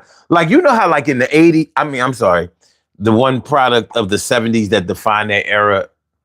Hey. You know how like in the 80s, the personal computer, definitely that was the 80s. Or you could say the Walkman. You know what I'm saying? You know, shit like that. Like, you forgot the VCR. Or the VCR. So that's what I was kind of looking for in the 70s. I mean, we had stuff in the 70s. Like, you know, I think everything we said was right. You was definitely right about the 8-track. I think I was right about the van, but maybe I wasn't right about the van. Because everybody didn't have that. You know, when you think about products that are going to be in most homes. Tang. What'd you say? Tang. But not Kool-Aid though. Well, yeah, Kool-Aid too, but Tang. I don't know. Every house didn't have Tang. That's what I started to. Well, they didn't. Not every house had Tang. A lot of them did, but not every house had Tang. That's all. Tang and Kool-Aid. But Tang was pretty good. But I know Kool-Aid is going to beat Tang. Oh, yeah, of course. All right. Yeah. I thought she said Tang. Now, why are we saying Tang so hold on. In the 70s? Hold on. So, wait. What was your... Why did I say that? I don't know why I thought you said Kane. What do you think I'm sitting around talking about from the 70s? Did you really say Kane? Yeah, we were start thinking about tranquilizers and stuff that they were giving.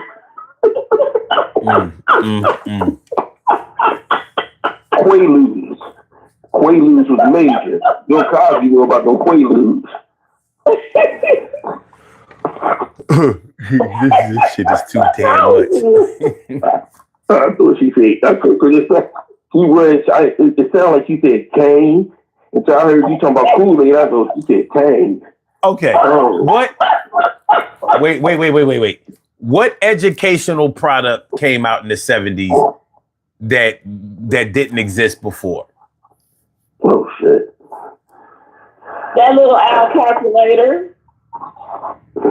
The what calculator? Shit, the calculators that look like the owl. Texas Instrument calculator that look like the owl. It's that still, came out. It's still just a calculator. But still, nobody else had that owl calculator except for our generation. The digital watch came out in the 70s. That's a good one. Yes, That's a good one. The digital watch came out in the 70s. Remember the educational. I did say education. Well, that is educational. No, it's not, Troy. It is educational because a lot of people didn't know how to use it. All right. All right. Here are some examples of things that came out in the 70s. First of all, that big ass unabridged dictionary. I'm not sure if that was out before the 70s. Now I can't totally vouch for that, but I'm not sure if it was. Speed reading came out in the 70s. I was getting ready to say that. Yep. That was a big thing.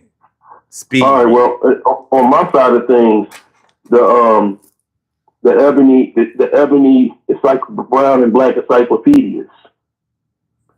They was out. I got them in the 70s. My brother was teaching me about Black history from them books that my mom got. Yeah, but they were still just encyclopedias. Well, what about the little? Remember the little golden books? Were those 60s instead of 70s? Golden books. The little hard. The covers were hard. Yeah. And the bind was golden. I'm not sure if that was 60s or 70s, but I do know that it was Nancy Drew and what was it? Nancy Drew and I read Nancy Drew. What was the boy's name? I don't even know the name. Something boys and Nancy Drew. Hardy Boys and Nancy Drew. There you go. Tales of the Fourth Grade. I can tell you one of my favorite shows that came out that was educational. The Great Space Coaster. It's the great. My shit. It's the Great Space Coaster. Get on board on the Great Space Coaster. We'll explore. So, good news. So as far as education, what educational tools or what educational foray came in the 70s? I don't know if this counts as educational, but we definitely was popular in school. Was that big box of Crayola crayons that had the sharpener on the back? I'm not mad at that answer. I'm not mad at that answer. That was a very popular joint. Man. But how about this? Gold. How about this? The Trapper Keeper. Yeah. Mm-hmm. Now, I'm not sure if that was an educational tool, but it was definitely a school product. Mm-hmm. I mean, it was an education that taught you how to be organized. So what other tool?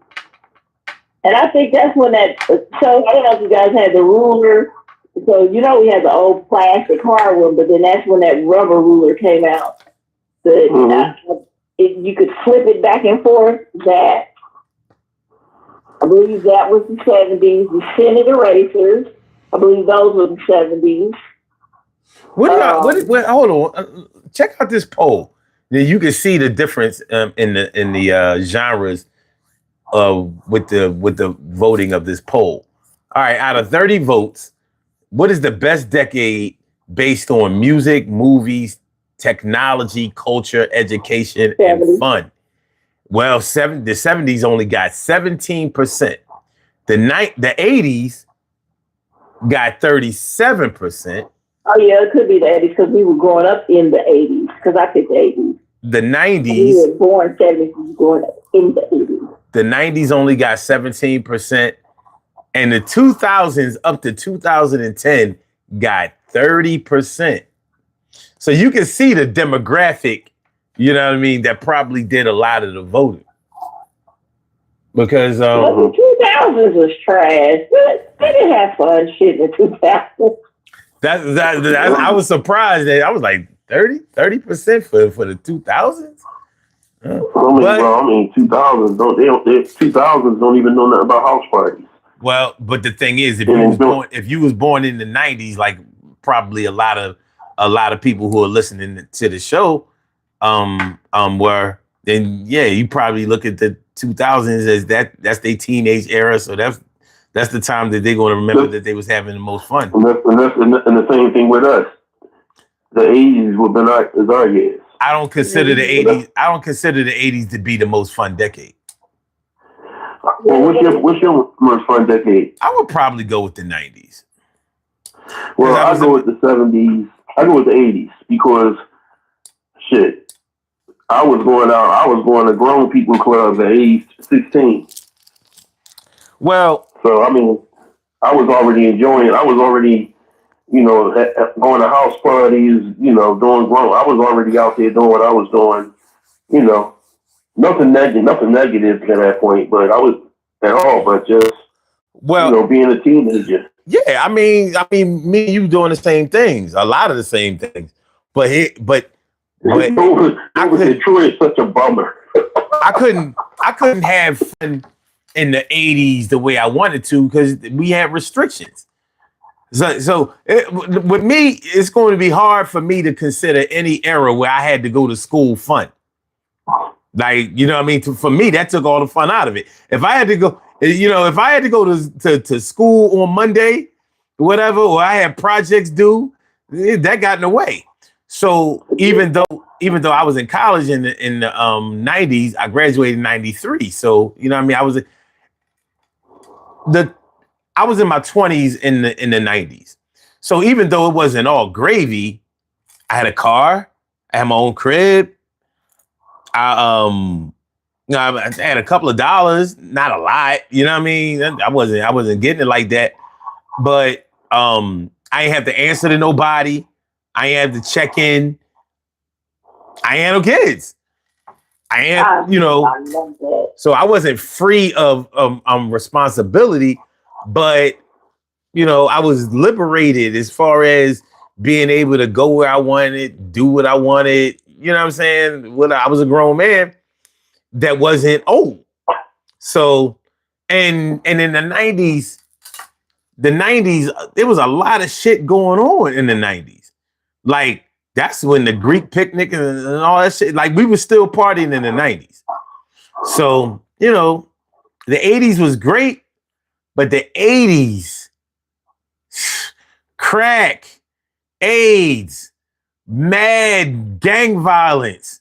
Even if it wasn't no gangs, it was just mad poverty, crazy. You couldn't just go to neighborhoods like you wanted to and be safe. In the 90s, you could. A lot of that getting rolled on shit and you where you from, a lot of that died down in the 90s. So you could actually have some fun. I mean, it was still, violence left over from the 80s and all of that. But you wasn't as restricted to, it wasn't as dangerous to travel and move around as it was in the 80s. So even though we was babies in the 80s and, you know what I'm saying, and we like to romanticize that it was worry-free. No, it wasn't. You had to have your ass in the house at 11, 12 o'clock. You know what I'm saying? And even if you didn't, you had to answer. You had to pretend like you were spending the night over your cousin's house or some shit like that. You had to, to me, that took away a lot of the, you know what I mean?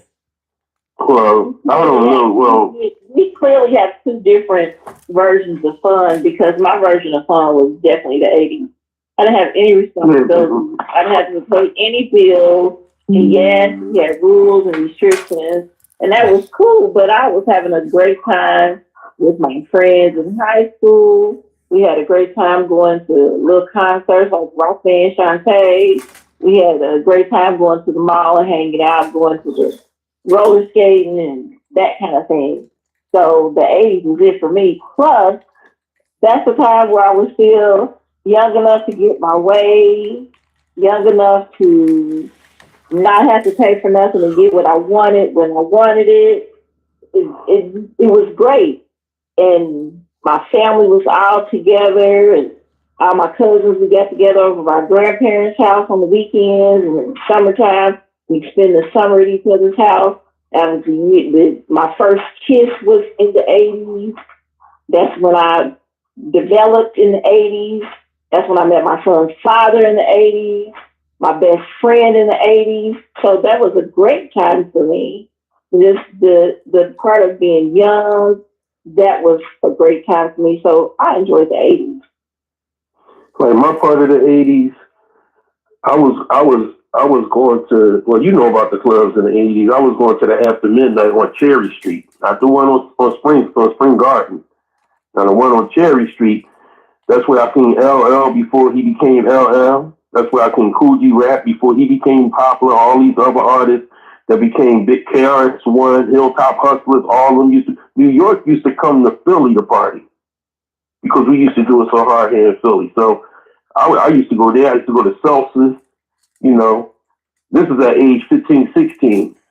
You know, I always say the reason why I'm living. I'm still here living because my mom prayed for me because I was going out at 16 and coming in early in the morning. I used to go to the After Midnight and then go to Arby's that was right there on the corner of 13th and right there on Arch Street, where Trailways was at. So I mean, those, you know, it was just them times, man. You, like she said, you ain't had no responsibility. You had all your friends. You used to go to all the house parties. The drug era didn't get real deep for me until like the late 80s, like 89, like 88 and 89. That's when the drug epidemic got there for me. And all my friends started selling drugs and carrying around guns, and some of them getting killed and stuff like that. So other than that, 80s was great with me. The only hurtful thing in the 80s was death. Like my grandfather and them passing away, and my grandmother. Yeah, like, man, I don't know. Like, look, I never mind. I never minded being grown. I ain't like being a kid. And it's funny because my mom, she always gave me a lot of rope. She wasn't strict at all. I could do whatever I wanted to do. She trusted me a lot. And I always made sure I kept up with the trust. But it was a lot of shit going on in the 80s. Especially if you rolled solo.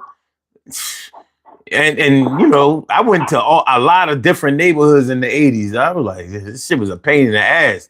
If I'm going out Southwest, if I'm going to South Philly, if I'm going down North Philly, certain parts of North Philly, like I'm good in this part of North Philly, these cats over here in this part of North Philly, I don't really know that well. And over here, you know, on the other side of Broad Street, you know, so it was cool, but I ain't had no car. You know what I mean? Like, you know, I ain't had no car. I ain't had no crib of my own. I don't know. The one pants leg on and the one pants leg off shit, sneaking shit.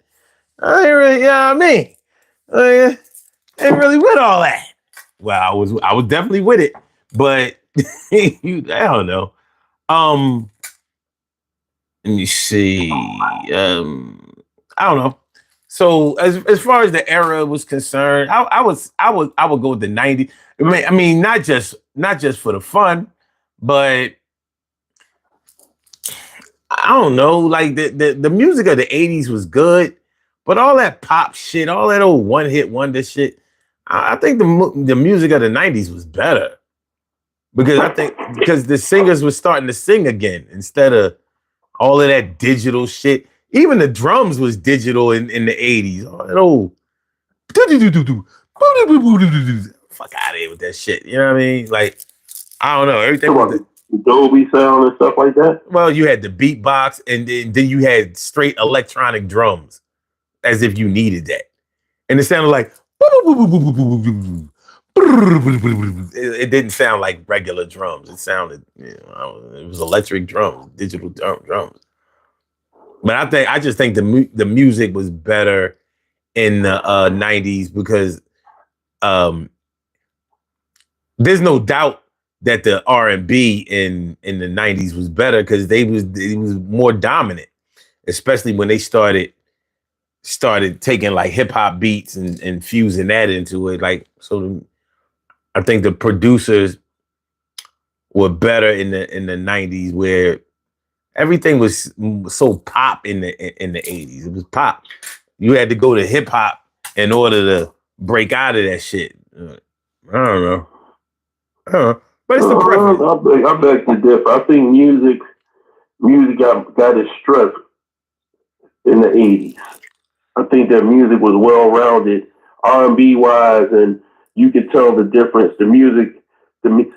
I think that all music, when you listen to the music in the 80s, it was pretty much, you had your love music. You can differentiate what music was like the soundtrack to part of your life. Like, I can go to the 80s and still look at songs and remember where was I at when I heard this song, or this song reminds me of this, or this song reminds me. In the 90s, it was so fast, and it was a lot of hurt came in the 90s. What I've seen. A lot of death, a lot of murders, a lot of drugs, all that stuff. In the 80s, I didn't see that as prevalent. Drugs? No, not where. Listen, it wasn't to the late 80s. Okay. In the late 80s, it wasn't as prevalent. Now, in the AIDS situation, August, it had nothing to do with me because I didn't have that type of problem. If I didn't lose my virginity until I was 18. So, and I was already taught what to do. But at the end of the day, you have to take the good with the bad. I think the 80s was just, freestyle and fancy free with me. I didn't have to work. Best kids movies. The 80s had some of the best kids movies, the best movies in the 80s. But I can understand where you're coming from, son, because the 90s is where you got your independence. It's not that you couldn't be independent in the 80s. Well, but your independence came with a car, graduating college, and everything that came along with it. Fun. It was just a different version of fun. Well, maturity. Here's the thing. I don't trust my judgment of the 80s because I was still a kid. So my desires all came from a juvenile perspective. In the 90s, I'm coming from a grown man, an educated grown man's perspective. So I can understand where this thing is going. In the 80s, I'm thinking that things are always going to be one way or the way that I see or whatever, because I'm a child. You know what I mean? I don't know enough yet. I'm speaking out of turn. I'm thinking crazy. My perspective of what the future is going to be like, or how one thing leads to another, is it hasn't been tested with experience or wisdom. I didn't have enough years under my belt. In the 90s, I had more confidence because I've been places, done things, seen things, learned a lot, experienced shit. In the 80s, okay, like when it came to girls, in the 80s, I didn't understand that girls are just as explorative as men are.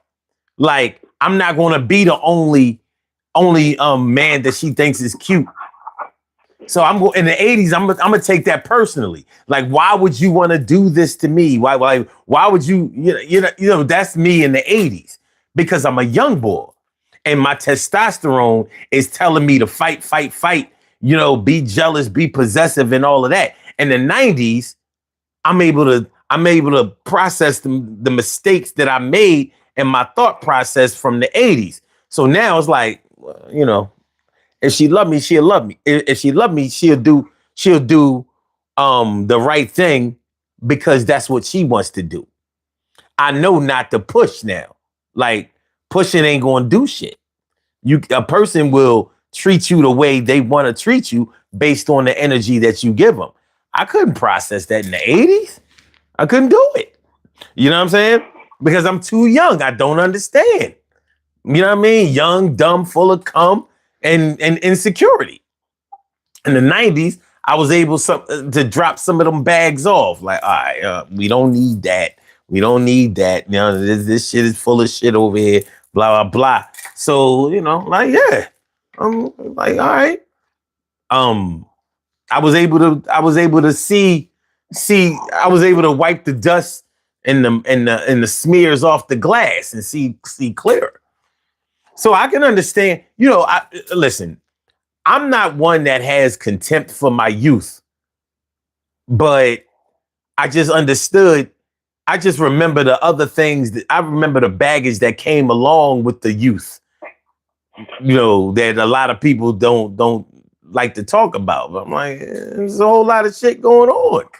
It was a whole lot of shit going on. So that's all. All right. It's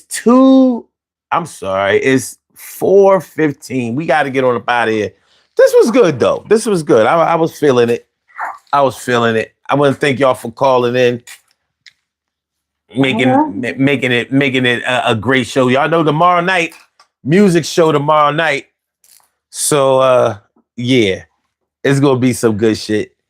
Yeah, you know, I'm gonna be here. Some people don't like, you know, my guy working and shit, you know. last Friday was just me and you, bro. You know. It's all good. Well, tomorrow we get sometimes Angela Yee just don't want to call in on the show. Well, y'all know Angela Yee trying to get her own show now. Shit, DJ Envy and Charlamagne stay on here. Well, y'all know we'll be on tomorrow at 1, not 2. At 1 o'clock. 1 o'clock bro. tomorrow. You know 1 me. o'clock. All right. Just you know, for anybody else that needs to know, I want to thank everybody for coming through in advance. Diablo 420, Nova, Hong Sports. What the hell with Nova? He called me a bummer. Crispy Bacon, Cheryl Halsey, and any and everybody else that peeped in. You know, if I don't mention your name, it's probably because you stopped. Bill Desmond. I don't know. He talking about something. I like your Amish neck beard. I don't know what the fuck he talking about.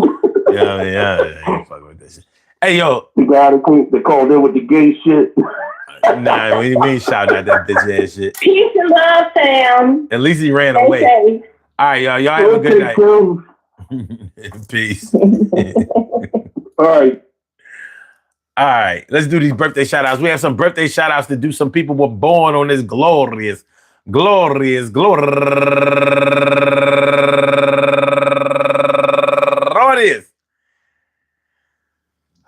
April 17th, and they deserve to be acknowledged. So let's go about our business of acknowledging them and making them feel special because they are special because they are special because they are SPECIAL. They get the RESPECT. They are SPECIAL. They get the RESPECT. They are SPECIAL. They get the RESPECT. They get number 1 out the box.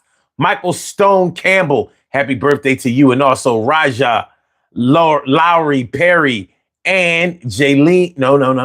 Menia, my girl, Menia Simpson.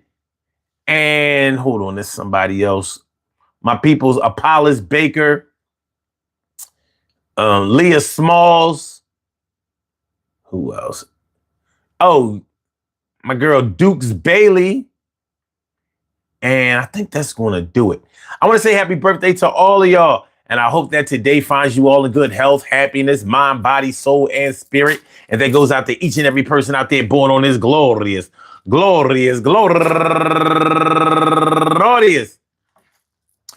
April 17th, anywhere out there in the world, worldwide, internationally, and universally, all of y'all go ahead and turn up. but don't turn up too loud. Just turn up loud enough so everybody can hear you. I rock out, rock on into the rock out, rock on into the damn rock out, rock on into the damn thing. You do your thing, y'all. Represent the queens and kings. You do your thing, y'all. Represent the queens and kings. Good things happen to those who wait. Great things happen to those who grind. And anything can happen to those who go for theirs. So go hard, go for yours. And I said, go hard, go for yours. And remember, yeah, back in the 70s, a long time ago, 40, 50 years ago. This shit seems kind of crazy. I'm an official old head, but I'm gonna do this shit because I'm still alive. I ain't dead. Not yet. Don't put a fork in me. I'm going to do this shit. It's like Mork and Mindy. You remember that? That was a 70s show. We was getting it in right in front of the TV, yo. And I remember everybody was alive, but people were still dying. Yo, I'm still trying to make sense of it all. The life cycle. Trying to make this shit crazy like Michael. No, not Michael Jackson, not Michael Jordan. I'm talking about Michael Myers. It's still fire. That was the movie Halloween. I remember I was so scared of that shit. Ran out the crib clean. It was ready to scream, but I had to do my shit. Life wasn't a dream. Still awake. Yeah, here's my take. Still gotta live your life while you're still awake. And everything is going to work out fine. I'm just like the stars in the sun. Yeah, I always shine. And I'm going to get mine. And I'm going to give you yours. If I borrowed a couple of dollars, I'm going to still holler.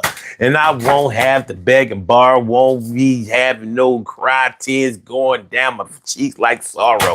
Yeah, and like Zorro, I got the Z. Yo, take it back. Yo, y'all can't fuck with me. I'm still around, still down like a submarine, still struggling in to make sure my kick's clean.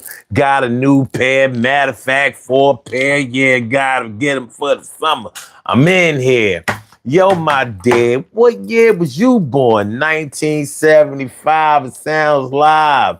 I'll be wondering how many years in front that I had, but I'ma still do my thing. Stacking the math and you can laugh and be like, damn, you old. I'm 54, but 55, I'm sold. And I hope I make it August 12th. That's the date, yo. From now until then, I'ma never hate. Yeah, and for my peoples that's there already, you know how we get. Yo, no lead. Yo, I'm still steady. No, not steady like B Boob. Y'all know nothing about that 80s rap. Philly cool. Cool C. Yeah, well, that's another story. And the kid's kind of gory. I want to thank all of y'all for coming on by. I like to do this thing. I'm glad I'm not drunk or high.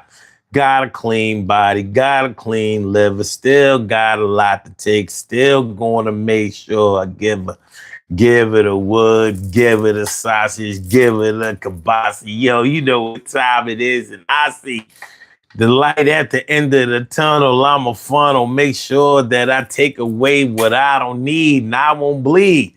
But the greed is something that I put to the side. Gotta give a little bit and share and show your pride. Now I'm a ride for all my peoples out there. You know what time it is, yo. I don't think that out there will be a better love switch. 1978, y'all know nothing about that, bitch. All right, y'all. Peace to all my day ones, my everydays, and my brand news. I love y'all to death. Resuscitate y'all. Love y'all right back to life. We will be back tomorrow night with another Daily Go Gettemism show. It's going to be the music show tonight. I mean, tomorrow night. 1 a.m., not 2 a.m. tomorrow night, 1 a.m. So make sure y'all come on through. We always have fun on Fridays. We had a lot of fun tonight. I know I did, and I hope y'all did as well. I hope y'all enjoyed listening to the show as much as I enjoyed broadcasting it. Hit the like button, share the show, subscribe to the channel. If you haven't subscribed to the channel. Jailhouse rap? No, it's none of that, son. Nah, none of that. We don't do incarceration around here. We do education. No incarceration. We do education. Hit the like button, share the show, subscribe to the channel. I holla back. 1.